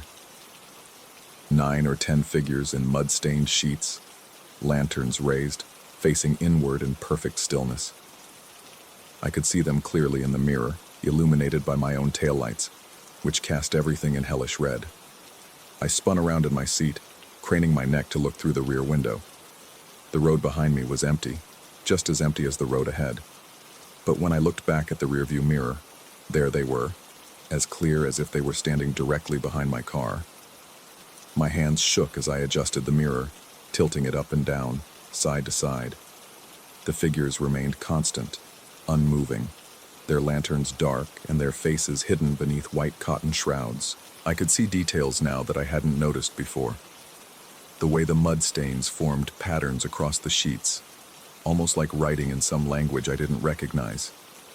The way the figures' posture suggested not just stillness, but waiting, as if they were posed in the moment before some significant action. And I could see something else, something that made my mouth go dry and my vision blur at the edges. One of the figures, the one facing most directly toward my vantage point, had turned its head. Just slightly, just enough that the shadow cast by the hood of its sheet suggested the profile of a face looking not inward toward the center of the circle, but outward, toward me. I forced myself to look away from the mirror, to focus on the empty road ahead. This was fatigue, nothing more. Hallucinations brought on by stress and exhaustion and too much coffee and not enough food. I would drive forward, reach the next town, find a motel, and sleep for 10 hours. In the morning, this would all seem like the kind of strange dream that dissolves with daylight. But as I put the car in drive and pressed the accelerator, I found my eyes drawn back to the mirror again and again. The figures remained constant, always there in the reflection, never visible when I turned to look directly. And each time I checked the mirror, it seemed like more of them had turned to face outward, to face me. By the time I'd driven a quarter mile, all of them were facing in my direction. The road ahead remained empty, winding through farmland and pasture, past mailboxes and driveways that led to houses I couldn't see. Normal things, reassuring things, evidence of ordinary human life going on behind the veil of darkness. But the mirror showed a different story, one where 10 figures in mud-stained sheets followed my car like a strange parade, always maintaining their perfect circle, always staying exactly the same distance behind me no matter how fast or slow I drove. I tried turning off the headlights entirely, plunging myself into complete darkness. But somehow I could still see the road, as if the surface were faintly luminous, and the figures in the mirror remained visible, now glowing with their own pale light like phosphorescent fungi. I tried speeding up, pushing the old Honda to its limits on the rough road. The speedometer climbed to 60, then 70, the car shuddering and complaining with every bump and rut. But when I checked the mirror, the figures maintained their distance exactly, neither falling behind nor drawing closer, as if they were connected to my car by invisible chains. I tried talking to myself, narrating what I was seeing in the hope that hearing my own voice would break whatever spell this was. But my voice sounded strange in the car's cabin, hollow and distant, as if it were coming from someone else's throat. And the words I spoke seemed to have no effect on the figures in the mirror, who continued their silent procession with infinite patience. Miles passed. The fuel gauge dropped steadily toward empty. I passed through 2 small towns, or what might have been towns, collections of darkened buildings and empty streets that could have been abandoned for decades. No lights in any windows, no cars parked along the curbs, no signs of human habitation. But the figures in the mirror remained constant, always there, always watching. It was only when I reached what must have been the county line, marked by a sign so weathered I couldn't read it, that I realized something had changed. The figure that had first turned to face me, the one who seemed to be the leader of this strange procession, had moved. Not just turned its head, but taken a step forward, breaking the perfect geometry of the circle. And as I watched in the mirror, paralyzed by a fear that seemed to originate in some primitive part of my brain, another figure stepped forward. Then another. The circle was dissolving, its members beginning to walk, not along the road behind me, but directly toward my car, passing through the reflection as if the mirror were a doorway, rather than a simple piece of silvered glass. I slammed on the brakes, sending the car into a skid that ended with me sideways across the road. The engine stalled. In the sudden silence, I could hear my own ragged breathing and the rapid drumbeat of my heart. I turned around in my seat, looking through the rear window with my own eyes rather than trusting the mirror. The road behind me was empty, completely, utterly empty. But when I looked back at the rearview mirror, one of the figures was standing directly behind my car, close enough that I could see the individual threads in the weave of its muddy sheet. Its face was hidden in the shadow of its hood, but I could feel its attention like a physical weight, pressing against the back of my skull. I turned the key. The engine cranked but didn't catch. Turned it again. Nothing but the grinding of the starter motor and the smell of something burning under the hood. The figure in the mirror hadn't moved, but somehow it seemed closer, as if the mirror were a telescope that someone was slowly adjusting, bringing a distant object into increasingly sharp focus. On the fourth try, the engine caught. I threw the car into drive and accelerated away from whatever was or wasn't standing behind me, my speedometer climbing past safe speeds for a dirt road in the middle of the night. But I had no choice. The alternative was to sit still and let whatever was happening continue to happen, and every instinct I possessed screamed against that course of action. The mirror showed empty road now, no figures visible, but I could feel them somehow, like pressure in my inner ear, like the moment before a thunderstorm when the air becomes thick and electric. They were still there, still following, just outside the range of reflection. I drove for another hour, maybe two, time becoming elastic and unreliable. The fuel gauge showed empty, but the engine kept running. The road surface improved gradually, dirt giving way to gravel, then to cracked asphalt. I began to see signs of civilization, power lines, fence posts, the occasional mailbox. Normal things. Real things. By the time I reached an actual paved highway, the sky was beginning to lighten in the east. Dawn was still hours away, but the absolute darkness of the rural night was giving way to the merely dim grayness that precedes morning. I pulled into the parking lot of a truck stop, its neon signs promising coffee and bathrooms and human contact. I sat in the car for a long time before getting out, staring at the rearview mirror. It showed exactly what it should show. The empty parking lot behind me, a few 18-wheelers, the kind of ordinary scene you'd expect to find at any truck stop anywhere in America. No figures in sheets, no dark lanterns, no circles of watchers. But as I finally opened the car door and stepped out into the cool pre-dawn air, I caught sight of my reflection in the car's side window. And for just a moment, just a fraction of a second, the reflection seemed wrong. Not my face looking out, but something else looking in. Something wearing a mud-stained sheet and carrying a dark lantern. I blinked, and my own familiar features looked back at me from the glass. Tired eyes, stubble, the face of a man who'd been driving too long and sleeping too little. Perfectly normal, perfectly real. But as I walked toward the truck stop, I found myself avoiding every reflective surface I passed. The windows of parked cars, the polished chrome of bumpers, even puddles of water left by an earlier rain. Because sometimes in the corner of my vision, I thought I could see movement in those reflections, figures gathering, lanterns being raised. And sometimes, late at night when I'm driving alone, I still check the rearview mirror, not to see what's behind me on the road, but to see what might be behind me in the reflection. because I've learned that those are two very different things, and the difference matters in ways I'm only beginning to understand. The job interview I'd been driving to when all this started, I never made it. Called the next morning to explain I'd been delayed by car trouble, which was true enough. They were understanding, said we could reschedule, but I never did. Some opportunities, I've learned, aren't worth the roads you have to travel to reach them. These days, I stick to main highways, interstate routes with plenty of traffic and good lighting. I've learned to read maps the old-fashioned way with paper and pencil, so I never have to rely on GPS systems that might malfunction at crucial moments. And I always travel during daylight hours. But sometimes, when I'm stopped at a red light or waiting in a drive-through line, I catch sight of something in my mirrors. A flicker of movement, a suggestion of white fabric, the faint impression of lanterns being raised in greeting or warning.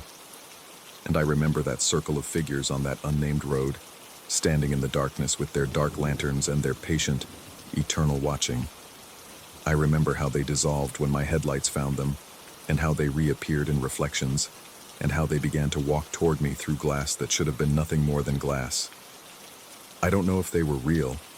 I don't know if I was awake or dreaming, if what I experienced was supernatural or psychological, if those figures were something external to me or something my mind created to cope with exhaustion and isolation and the peculiar madness that can overtake anyone who drives too far into the American night. But I know this: every mirror is a doorway, and every reflection is a choice. And sometimes if you look too long or too carefully, you might see something looking back that isn't quite you, isn't quite real, but isn't quite gone either. The figures in the mud-stained sheets are still out there, I think. Still standing in their perfect circle, still raising their dark lanterns, still waiting for the next lost traveler to find them on some nameless road in the heart of nowhere. Still ready to follow, to watch, to step through the glass when the moment is right. And sometimes in the quiet hours before dawn, I wonder if they're waiting for me to come back.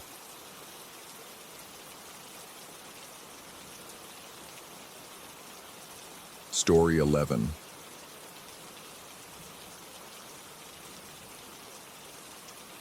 The rusted gate gave way with a screech that seemed to echo through my bones.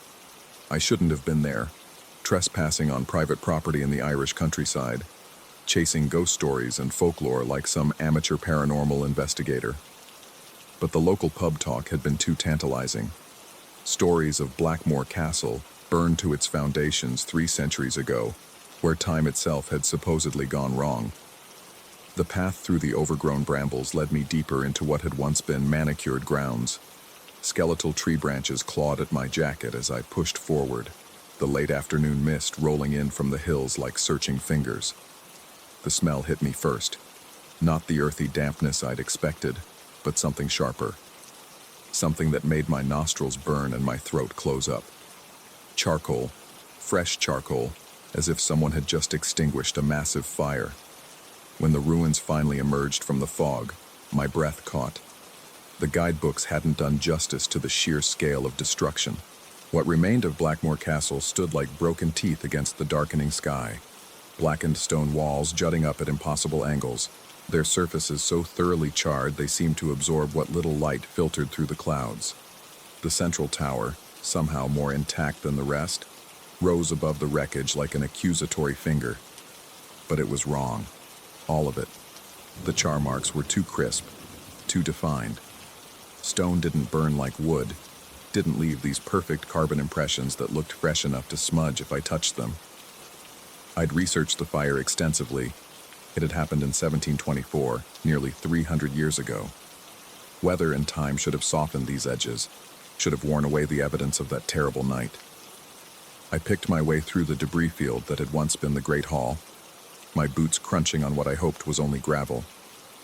The sound echoed strangely in the enclosed space, bouncing off the standing walls with a peculiar reverb that made each footstep sound like 2, then 3, as if someone else was walking just behind me, matching my pace. I spun around, nothing but empty ruins and thickening mist. The feeling of being watched settled over me like a damp cloak. Not the casual observation of curious wildlife or distant hikers, but something focused and intentional. something that knew I was there and was taking careful measure of my presence. The sensation raised goosebumps along my arms and made the back of my neck prickle with electric awareness. I told myself it was just nerves. Old ruins had that effect on people. All that history and tragedy soaked into the stones. But as I continued deeper into the castle's remains, the feeling only intensified. Every shadow seemed to shift when I wasn't looking directly at it. Every sound carried undertones I couldn't quite identify. The tower's interior surprised me. While the outer walls bore the same carbonized scarring as the rest of the castle, the spiral staircase inside remained largely intact. The steps were worn smooth by centuries of foot traffic, but structurally sound. Something about their condition bothered me, though I couldn't put my finger on what. They looked used, recently used. Against my better judgment, I began to climb. The staircase wound upward through increasingly oppressive darkness. My phone's flashlight beam seemed inadequate, barely penetrating the shadows that pressed in from all sides. The air grew thicker with each step, heavy with that persistent charcoal smell, and something else. Something organic and unpleasant that reminded me of wet ashes after a campfire. Halfway up, I noticed the temperature change. It was subtle at first, just a gradual warmth that felt welcome after the damp chill outside. But as I climbed higher, the warmth became heat, then uncomfortable heat. By the time I reached what I guessed was the third level, sweat was beading on my forehead despite the cool October air. The feeling of being watched had evolved into something more active. I could sense movement in my peripheral vision, quick, darting motions that vanished when I turned to look. My rational mind insisted it was just tricks of light and shadow, but my instincts were screaming at me to turn around and leave. The primitive part of my brain that had kept my ancestors alive was sending clear signals. Predator nearby. Danger. Run. I kept climbing anyway. The tower room at the top was a revelation. Unlike the rest of the castle, this space showed no signs of fire damage. The stone walls were clean gray granite, unmarked by flame or smoke. Tall, narrow windows looked out over the surrounding countryside, their glass intact and surprisingly clear. But it was the room's sole occupant that stopped me cold. A grandfather clock stood against the far wall, its dark wood case gleaming as if it had been polished yesterday. The pendulum hung motionless behind a glass panel, and the clock face showed 12 midnight exactly, both hands pointing straight up in perfect vertical alignment. Everything about it was wrong. Clocks didn't survive castle fires. Wood didn't remain uncharred when everything around it had been reduced to carbon, and most importantly, no one maintained antique timepieces in abandoned ruins. I approached it slowly, that predatory awareness prickling stronger than ever.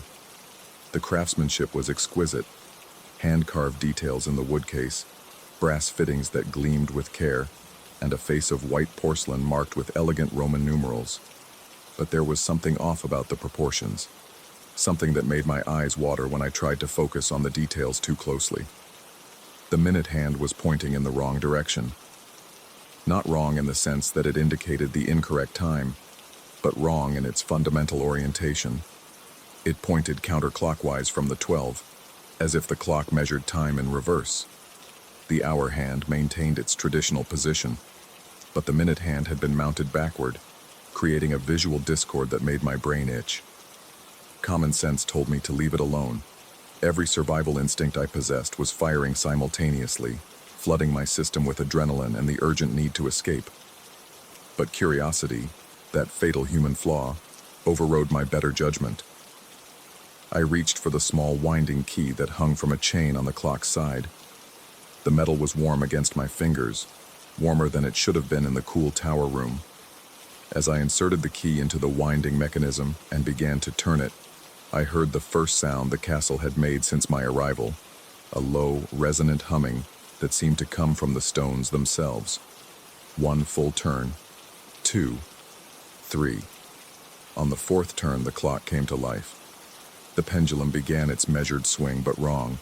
So fundamentally wrong that watching it made me nauseous. Instead of the steady tick-tock rhythm I expected, it moved with a sound like k-cut-kick-shit, each swing seeming to pull time backward rather than push it forward. The minute hand began to move. but counterclockwise, unwinding the minutes as if time itself was being reversed. And the smell hit me like a physical blow. Fresh charcoal, not the stale, weathered scent that had lingered around the ruins, but the sharp, acrid smell of wood and stone burning right now. My eyes began to water from the smoke that wasn't there, and my throat constricted against fumes I couldn't see. The temperature in the room spiked. It was as if someone had opened an oven door directly in front of me. Sweat immediately soaked through my shirt, and the air became difficult to breathe. But there was no fire, no flames, no visible source for the heat that was rapidly making the room unbearable. Through the windows, I could see the ruins below beginning to glow. Not with electric lights or campfires, but with the deep red glow of banked coals. The blackened stones were heating up, radiating warmth that rose in shimmering waves. The char marks on the walls pulsed like dying embers being coaxed back to life. And underneath it all, that backwards clock continued its relentless kut-ksit, each swing pulling the present moment deeper into some incomprehensible past. I reached for the pendulum, desperate to stop the mechanism before whatever was happening could progress further. But the moment my fingers made contact with the brass weight, the room exploded into chaos. Heat, like the interior of a furnace, slammed into me from all sides. The charcoal smell became overwhelming, mixing with the scent of burning wool and scorched leather. Through the windows, I could see the ruins below blazing with invisible fire, stone walls glowing cherry red, timber that had burned away centuries ago somehow combusting again in phantom flames. But it was the sounds that nearly broke my sanity. Voices, hundreds of voices screaming in harmonies of terror and agony, not coming from outside the tower, but from within the walls themselves, as if the stones had absorbed every cry of fear and pain from that long-ago night and were now playing them back in reverse. The screams were overlaid with other sounds, the crackle of flames, the crash of falling timbers, the desperate pounding of fists against doors that would never open again. All of it backward, all of it wrong. I yanked my hand away from the pendulum, and the sounds cut off like someone had thrown a switch. The heat dissipated instantly, leaving me gasping in air that was suddenly too cool, too thin. The glow from the ruins below faded back to the dull gray of weathered stone. But the clock kept running. Kut-ksit, kut-ksit. Each swing taking us further from now and deeper into then. My hands shook as I reached for the pendulum again, this time grabbing it firmly and holding it still. The mechanism fought me for a moment, the brass weight vibrating in my grip as if it wanted to continue its impossible movement. Then it stopped. Silence returned to the tower room. Normal silence, without the underlying harmonic screams or the sound of stones remembering fire. The temperature stabilized. The charcoal smell faded to the background level that had followed me throughout the ruins. But something had changed. I could feel it in the air itself, a wrongness that went deeper than temperature or smell. The very quality of the space around me had shifted, become somehow less real. Colors seemed slightly off, as if I was viewing everything through tinted glass. Shadows fell at angles that didn't match the position of the windows, and underneath it all was the growing certainty that I was no longer alone in the tower. The feeling of being watched had evolved into something more immediate, something that wasn't content to observe from a distance. I could sense movement behind me, careful and deliberate, as if someone was trying very hard not to be noticed. Every hair on my body stood on end as I slowly turned around.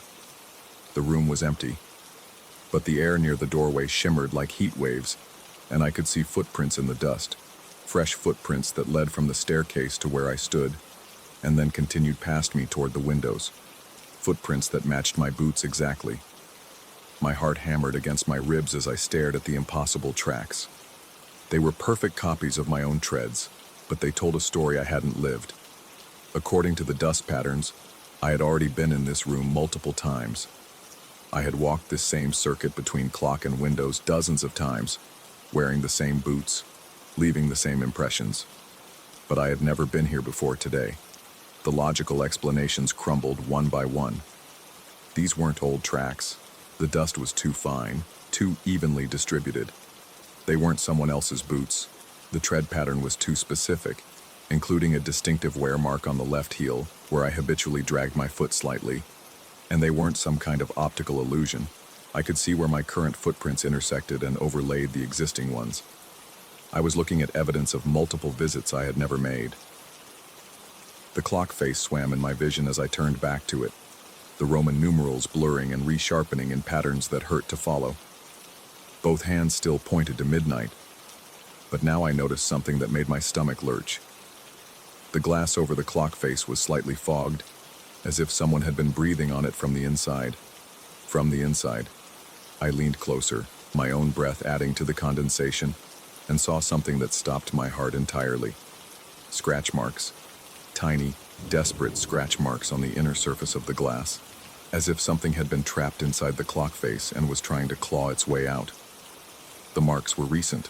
They cut through the fog with sharp precision, forming patterns that looked almost like letters, like someone, or something, was trying to communicate. Help was carved into the condensation, barely visible but unmistakably there. Below it, in smaller scratches. Can't stop the burning. And at the bottom, in letters so tiny I had to press my face against the glass to read them. It's not real, but it never ends.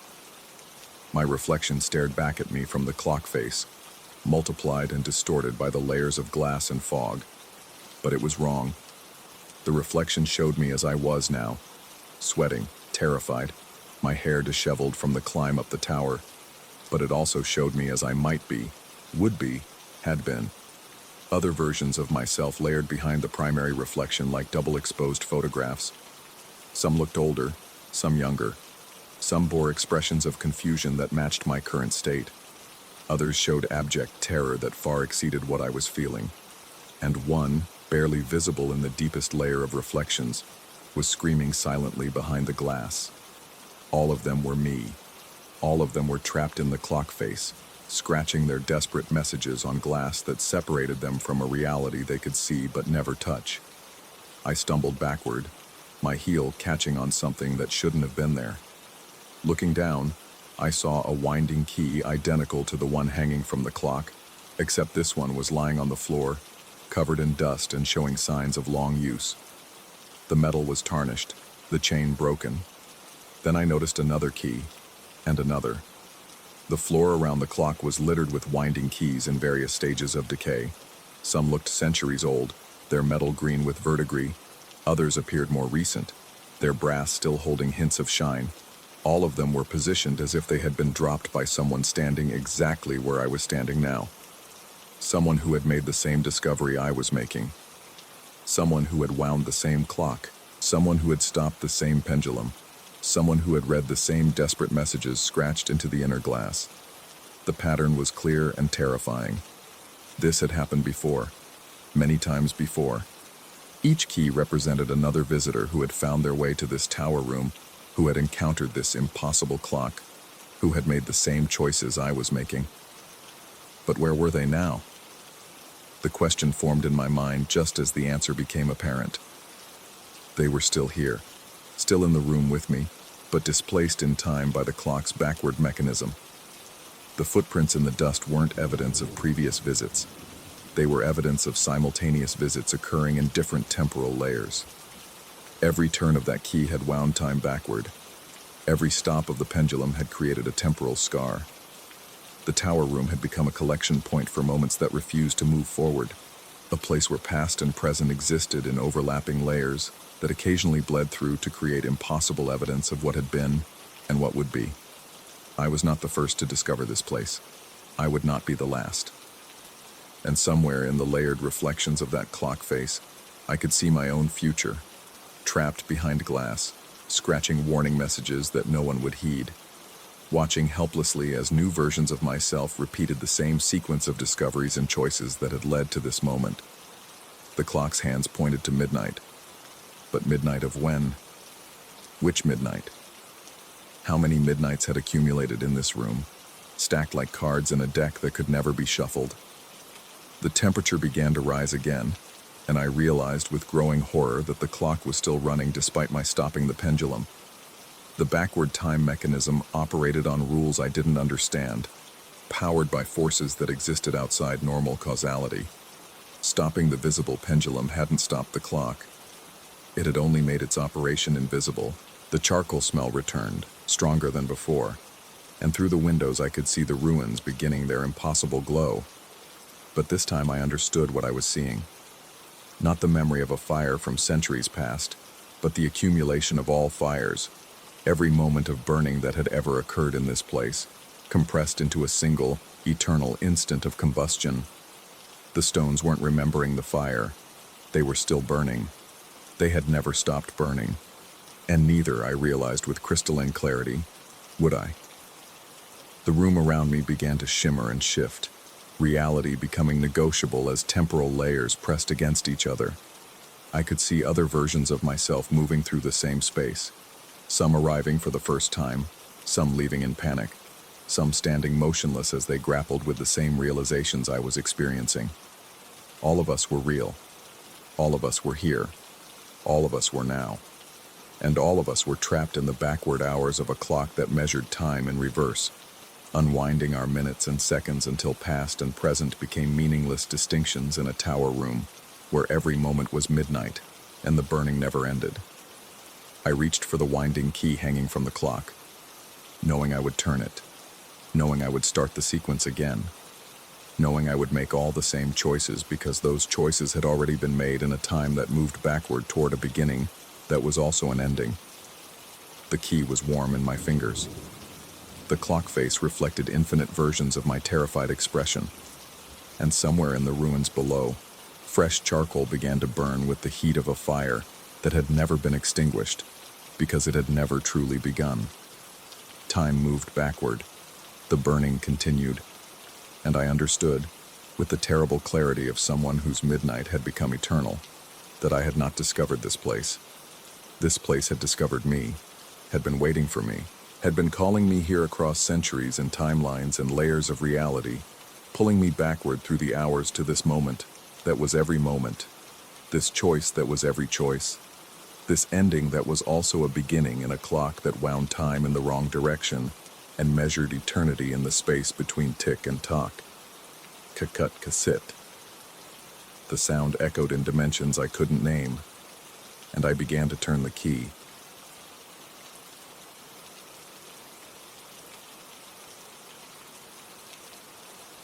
Story 12.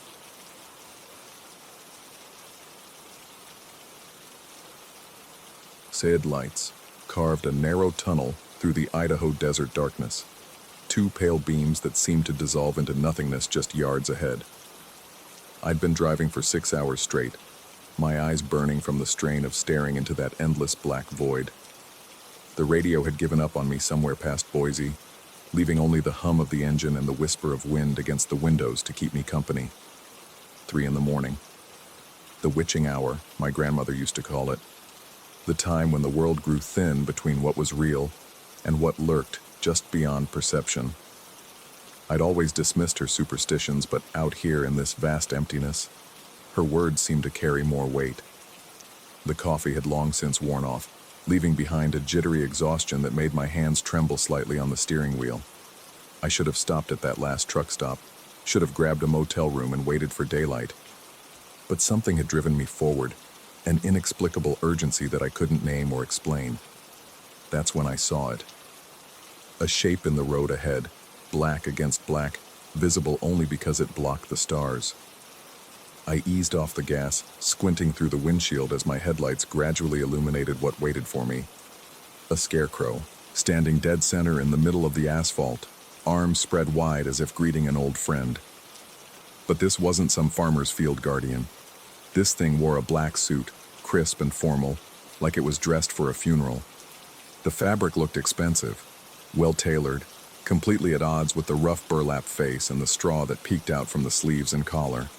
A thin black tie hung perfectly straight down its chest, and polished dress shoes reflected my headlights with an unnatural gleam.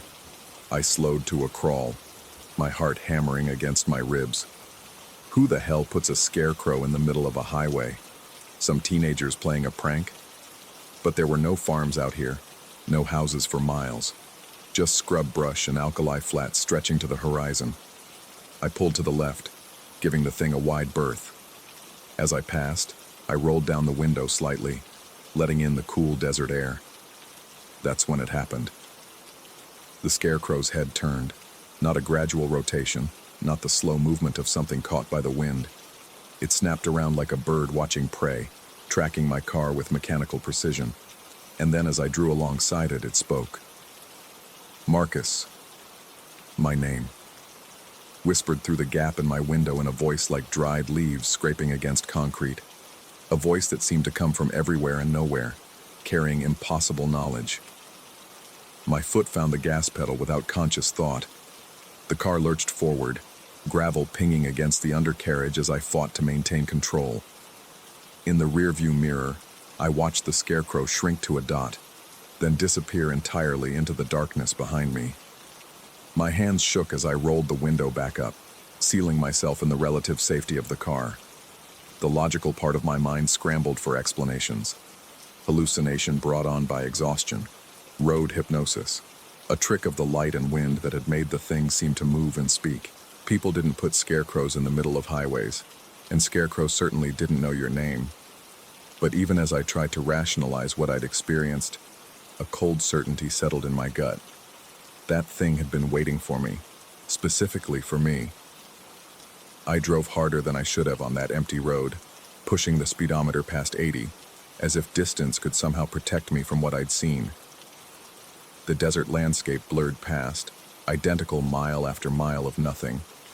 No other cars, no lights, no signs of civilization. Just me and the road and the growing conviction that I was no longer alone out here. 20 minutes later, I reached for my water bottle in the cup holder and noticed that the glove compartment hung open. I was certain I'd left it closed. I always did, out of habit. But there it was, gaping like a black mouth in the dashboard. I reached over to shut it, and my fingers brushed against fabric. Pulling over to the shoulder, I turned on the dome light and peered into the compartment. There, folded neatly where my registration and insurance papers should have been, was a black suit. The same black suit. The fabric felt expensive under my fingertips, smooth and cold. But when I lifted it out, the lining was damp with something that wasn't water. The liquid was clear but viscous, with the consistency of partially melted ice. It dripped from the silk lining onto my lap, soaking through my jeans with a cold that seemed to go deeper than temperature. The stuff had no smell, no taste when I hesitantly touched a drop to my tongue, but it left my mouth feeling numb. I held the suit up to the light, examining every detail. The craftsmanship was flawless, the stitching perfect. There was no label, no maker's mark, nothing to indicate where it had come from. But somehow, impossibly, I knew it would fit me perfectly. The thought came unbidden and unwelcome. I should try it on. I shook my head violently, stuffing the suit back into the glove compartment and slamming it shut. The metallic click echoed in the car's interior like a gunshot. My reflection in the rearview mirror looked pale and wild-eyed, like a man coming unglued. Get it together, Marcus. People don't just materialize suits in other people's cars. There had to be an explanation. Someone had been in my car while I was... when? I'd stopped for gas in Boise, but I'd locked the doors. Hadn't I? The memory felt fuzzy, uncertain. I could picture myself at the pump, could remember the attendant's bored expression, but the details kept slipping away like water through my fingers. Had I gone inside to pay? Had I left the car unlocked? But even if someone had gotten into my car, why leave a suit? And how had they known exactly where to find me? The whole thing reeked of impossibility, of something that violated the basic rules of how the world worked. I pulled back onto the road, but my earlier urgency had transformed into something else. Now I drove because staying still felt dangerous, because the darkness outside the car seemed to press against the windows with malevolent intent. Every few minutes, I checked the glove compartment, still closed, still hiding its impossible contents. The desert began to change as I drove deeper into the night. The scrub brush grew denser, taller, until it formed walls on either side of the road. The asphalt itself seemed to narrow, though I knew that was impossible. Roads didn't change width on their own, but the sensation persisted, as if the world was slowly contracting around me. That's when I started seeing the others. At first, just glimpses in my peripheral vision. Dark shapes standing among the brush, too far away and too brief to identify. But as the miles passed, They grew bolder, closer, more of them, dozens of them, all wearing the same black suits, all perfectly still, all watching me pass with invisible eyes. I forced myself to keep looking straight ahead, to ignore the growing army of watchers that lined my route. But their presence was a weight I could feel, a pressure that made my temples throb and my breathing shallow. They wanted something from me, these silent sentinels.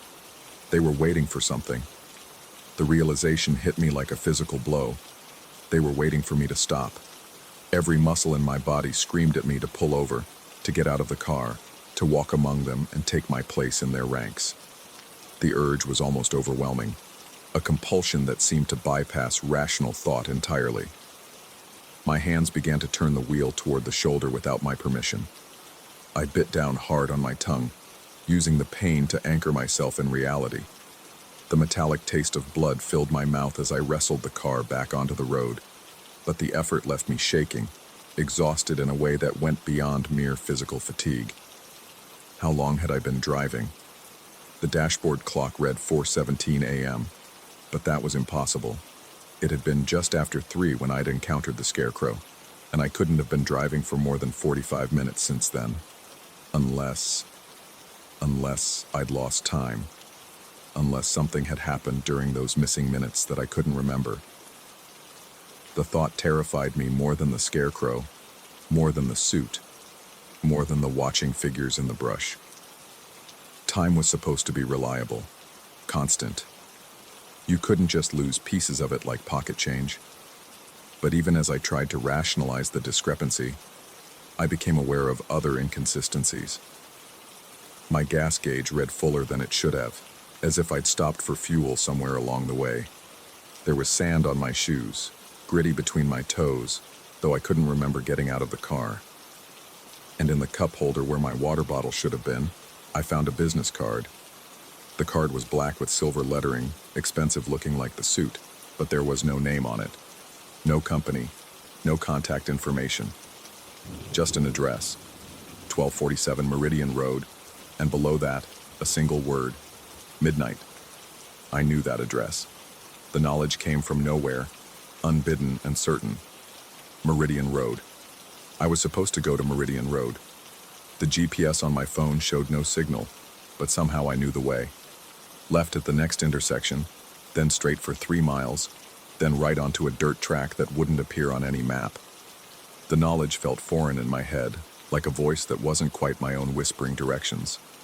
I should have kept driving straight, should have ignored the compulsion, and headed for the nearest town, the nearest human contact. But my hands had already begun turning the wheel, following instructions I'd never received to a destination I'd never chosen. The dirt road was barely wide enough for one car, rutted and rocky. Dust billowed up behind me, visible in the red glow of my taillights. On either side, the brush pressed close, scraping against the car's paint with sounds like fingernails on glass. And still the watchers followed, keeping pace through the desert, their black suits flowing like liquid shadow in the darkness. The road ended at a small clearing where a single building sat under the star-filled sky. It was unremarkable, a low rectangular structure that might have been a warehouse or storage facility. No signs, no identifying marks, no indication of what purpose it might serve out here in the middle of nowhere. But there was light spilling from under the door, warm and yellow and utterly wrong in this place of isolation. I sat in the car for a long time, engine running, staring at that building. Every instinct I possessed screamed at me to leave, to turn around and drive until I found civilization. But I couldn't make myself move. The watchers had emerged from the brush and now stood in a perfect circle around the clearing, silent and patient. And in the glove compartment, I could feel the suit waiting. The compulsion was too strong to resist any longer. I reached over and opened the compartment, pulling out the black suit. The fabric was dry now, but it still carried that bone-deep cold. As I held it up, I realized it wasn't just the right size. It was tailored specifically for me, cut to accommodate the slight stoop in my left shoulder, the extra length I needed in the sleeves. Someone had made this suit for me, had made it and somehow placed it in my car and arranged for me to find it. But who? And why? The questions felt less urgent now. muffled by a strange calm that had settled over me. I found myself getting out of the car, found myself walking toward the building with the suit draped over my arm. The watchers parted as I approached, creating a path but never quite letting me see their faces. The door opened at my touch, revealing a room lit by dozens of candles. The space was larger than the building's exterior had suggested, stretching away into shadows that seemed to move independent of the flickering flames. And waiting in the center of the room was a mirror, tall, ornate, its silver surface reflecting the candlelight in patterns that hurt to look at directly. I knew what I was supposed to do. The knowledge was there in my head, certain and undeniable. I was supposed to put on the suit and look into the mirror and see. What? My hands shook as I began to undress, folding my clothes neatly on a nearby chair that I was certain hadn't been there moments before. The suit slipped on like a second skin, perfectly fitted, perfectly comfortable. The silk lining was warm now, heated by some internal source that I didn't want to examine too closely. I approached the mirror slowly, each step echoing in the vast space. The candles flickered as I passed, casting my shadow in a dozen different directions. And in the glass, I saw myself, but not myself. The reflection showed me wearing the black suit, but my face was wrong. Older, harder, eyes that held knowledge I didn't possess, experiences I'd never had. And behind me, barely visible in the mirror's depths, stood ranks upon ranks of other figures in identical suits, all watching, all waiting. The reflection smiled, though I felt no urge to smile myself. It raised its hand in greeting, though my own arms hung at my sides. And when it spoke, its voice was the same whisper I'd heard from the scarecrow in the road. "Welcome home, Marcus." I stumbled backward, but the mirror's pull was too strong. The reflection reached through the glass, impossibly, horribly, and grasped my wrist with fingers that felt like ice and electricity. The world tilted, reality bending like heated metal, and I was falling through silver light into darkness that had depth and weight and intention. When I woke, I was back in my car, parked on the shoulder of the highway. The sun was rising, painting the desert in shades of gold and red. My clothes were normal, jeans and a t-shirt, no sign of any black suit. The glove compartment was closed, and when I opened it, I found only my registration and insurance papers, exactly where they should be. But in my wallet, tucked behind my driver's license, was a business card, black with silver lettering. No name, no company, just an address and a single word. And on my wrist, barely visible unless I looked at it from just the right angle, was a mark. A perfect circle of pale skin, as if something impossibly cold had gripped me there. I've been driving for 3 days now, heading east toward civilization, toward people and noise and electric lights that banish shadows. But every night, when the darkness falls, I see them in my peripheral vision. The watchers, the ones in black suits. They're following me, staying just out of sight, waiting for something. And sometimes when I catch my reflection in the rearview mirror, I see that other face looking back, the older one, the one with eyes that know things I don't want to understand. The mark on my wrist is growing darker. Story 13. The house breathes differently at 3 in the morning. I've learned to recognize the particular wheeze of settling wood, the way the floorboards exhale beneath my weight as I pad barefoot across the worn hardwood. The Victorian bones of this place creak in a rhythm I've grown to expect, but lately, there's been something else threading through the familiar symphony of decay, a sound like fingernails dragging across silk. Tonight marks the 7th consecutive evening I've awakened to find my sock drawer hanging open like a slack mouth. The brass handles, tarnished with age and neglect, catch what little moonlight filters through the moth-eaten curtains, casting twin crescents of pale light onto the opposite wall. My feet move of their own accord, muscle memory guiding me across the room even as my rational mind screams warnings I choose to ignore. The photographs are there again, folded into grotesque parodies of carnival masks. My childhood face, distorted by creases and shadows, grins back at me with expressions I never remember making. The paper feels wrong beneath my fingertips. Too smooth, too warm, as if the images still pulse with the blood of whoever handled them last. Each fold transforms my 7-year-old smile into something predatory, my wide eyes into hollow sockets that seem to track my movements across the room. I've tried burning them.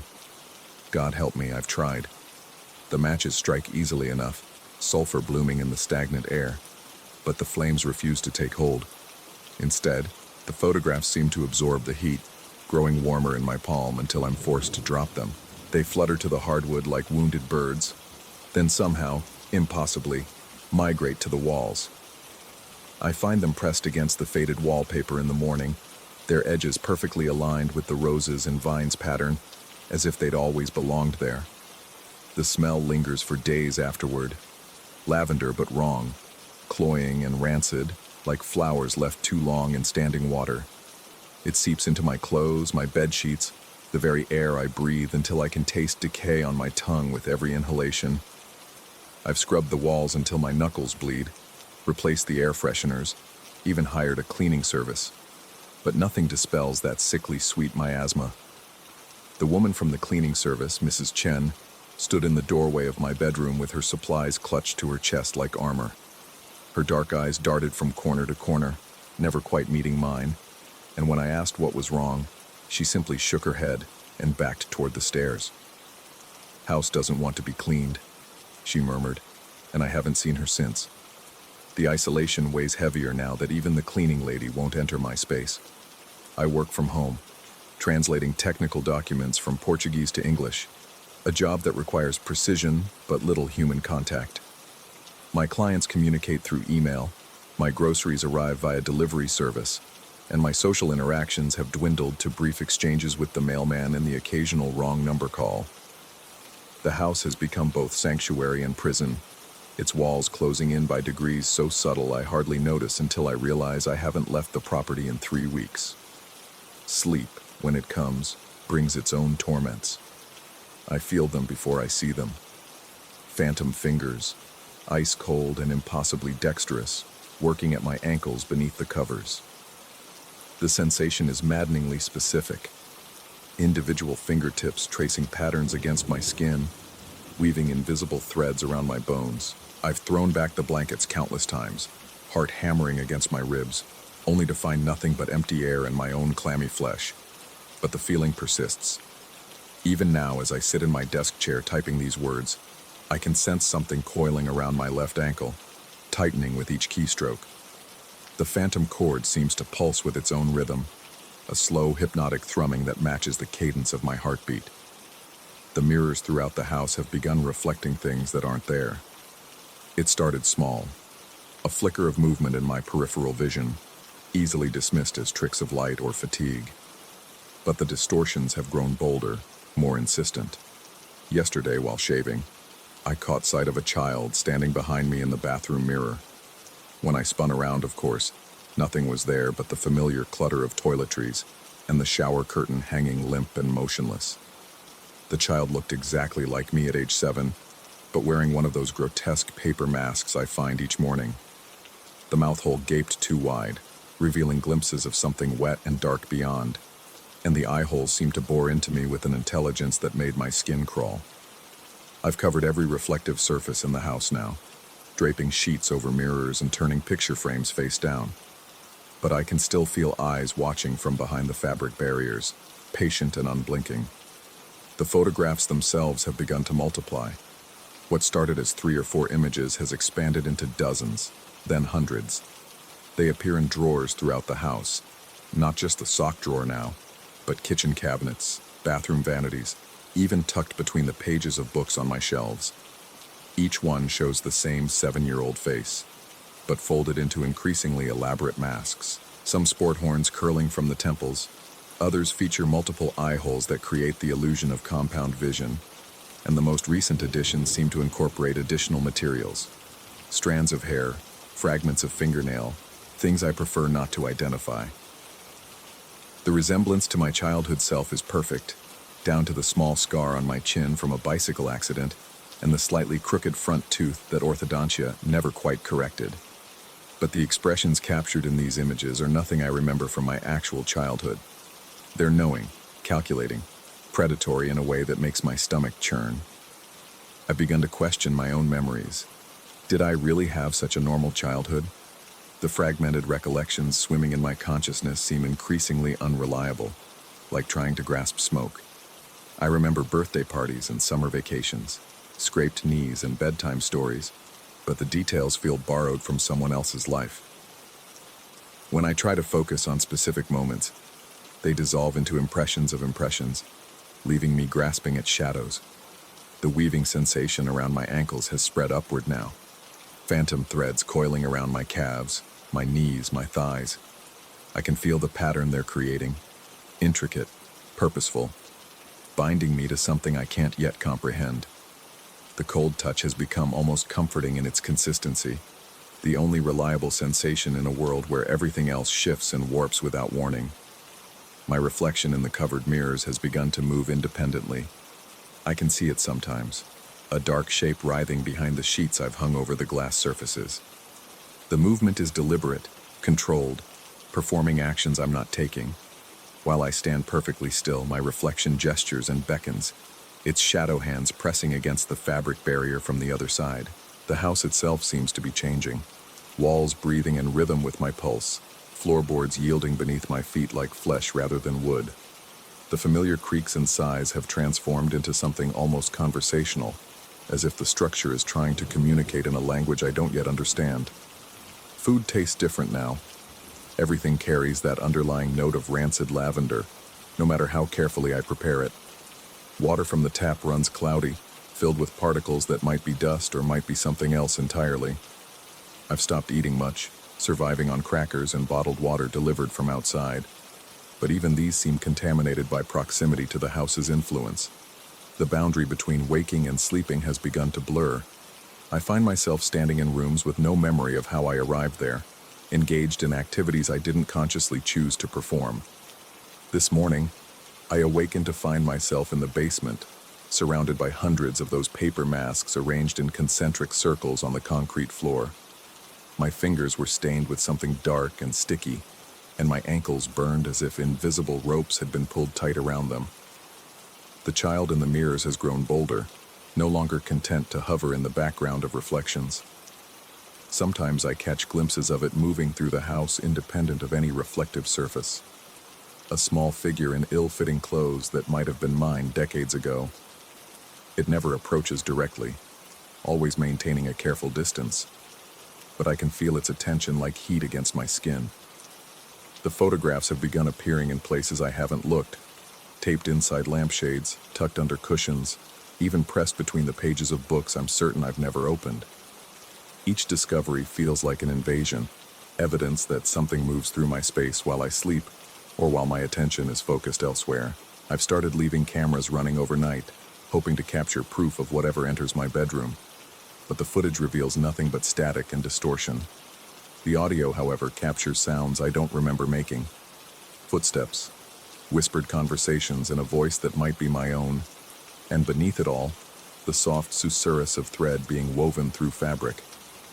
The weaving around my legs has reached my waist now, an invisible cocoon of phantom silk that seems to grow tighter with each passing hour.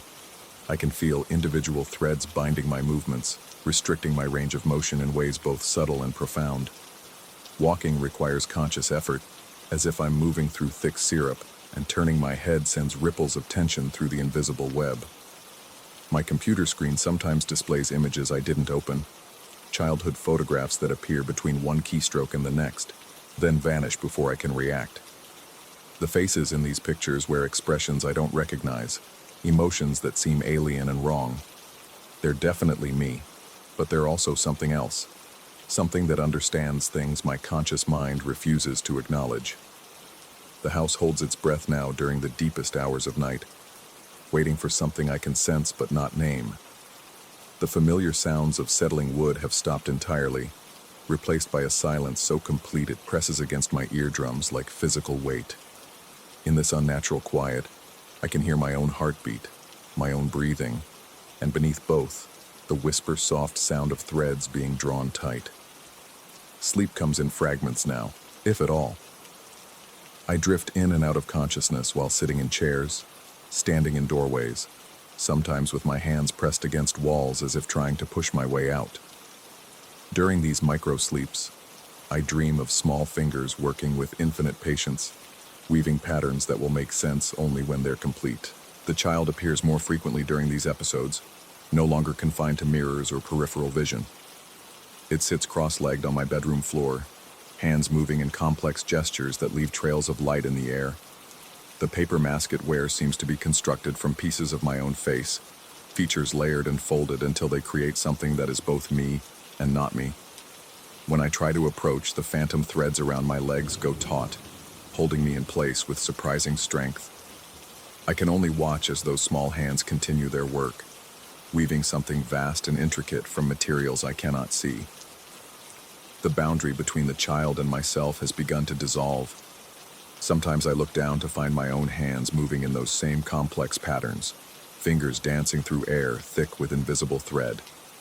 The motions feel familiar, as if I've performed them countless times before, muscle memory encoded in bones and sinew.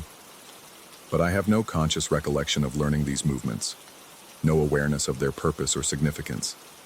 The house breathes with my lungs now, its rhythm perfectly synchronized with my own. When I inhale, the walls seem to expand slightly. When I exhale, they contract in sympathy. The floorboards yield beneath my feet like a living thing, warm and responsive to my weight. I understand now that I'm not just living in this house. I'm becoming part of it, woven into its very structure by threads I can feel but cannot see. The child with my face is not an intruder, but an aspect of myself, the part that knows how to work with invisible silk and phantom fiber. The photographs continue to multiply, each one a snapshot of this gradual transformation. They show the process from angles I cannot perceive, revealing details my conscious mind is not equipped to process. In the most recent images, the boundary between my flesh and the surrounding air has begun to blur, as if I'm slowly dissolving into something larger and more complex. The weaving has reached my chest now, phantom threads crisscrossing over my heart in patterns that pulse with their own internal rhythm. I can feel the design taking shape, not a trap or a cocoon, but something more sophisticated, more purposeful. A web, perhaps, or a net, designed to catch things that exist in the spaces between what we call real and what we call imaginary. I no longer resist the process. When the invisible fingers work at my flesh during the deep hours of night, I lie still and let them complete their task. The cold touch has become familiar, even comforting, the only constant in a world where everything else shifts and flows like water. The pattern they're creating serves a purpose I'm beginning to understand, even if I lack the words to describe it. The child appears beside my bed now, no longer maintaining distance or hiding behind masks. Its face is my face, but clearer somehow, more focused, as if it represents everything I could have been if I'd paid attention to the right details. It watches me with eyes that hold depths I've never achieved, knowledge I've never possessed. Sometimes it reaches out with small hands that feel exactly like mine did at 7 years old, and touches the threads surrounding my body. When this happens, the entire web lights up like a constellation, revealing its true scope and complexity. The pattern extends far beyond my physical form, connecting me to the house, to the photographs, to memories that might belong to me, or might belong to someone else entirely. I am becoming something new, something that exists in the spaces between sleeping and waking, between memory and imagination, between the child I was and the man I believe myself to be. The threads are almost complete now, their pattern so intricate and beautiful that I can barely comprehend its scope. The house holds its breath, waiting for the final connection to be made. In the growing silence, I can hear the soft whisper of invisible silk being drawn through the fabric of reality itself, weaving me into something larger than the sum of my individual parts. Soon, I think, the work will be finished.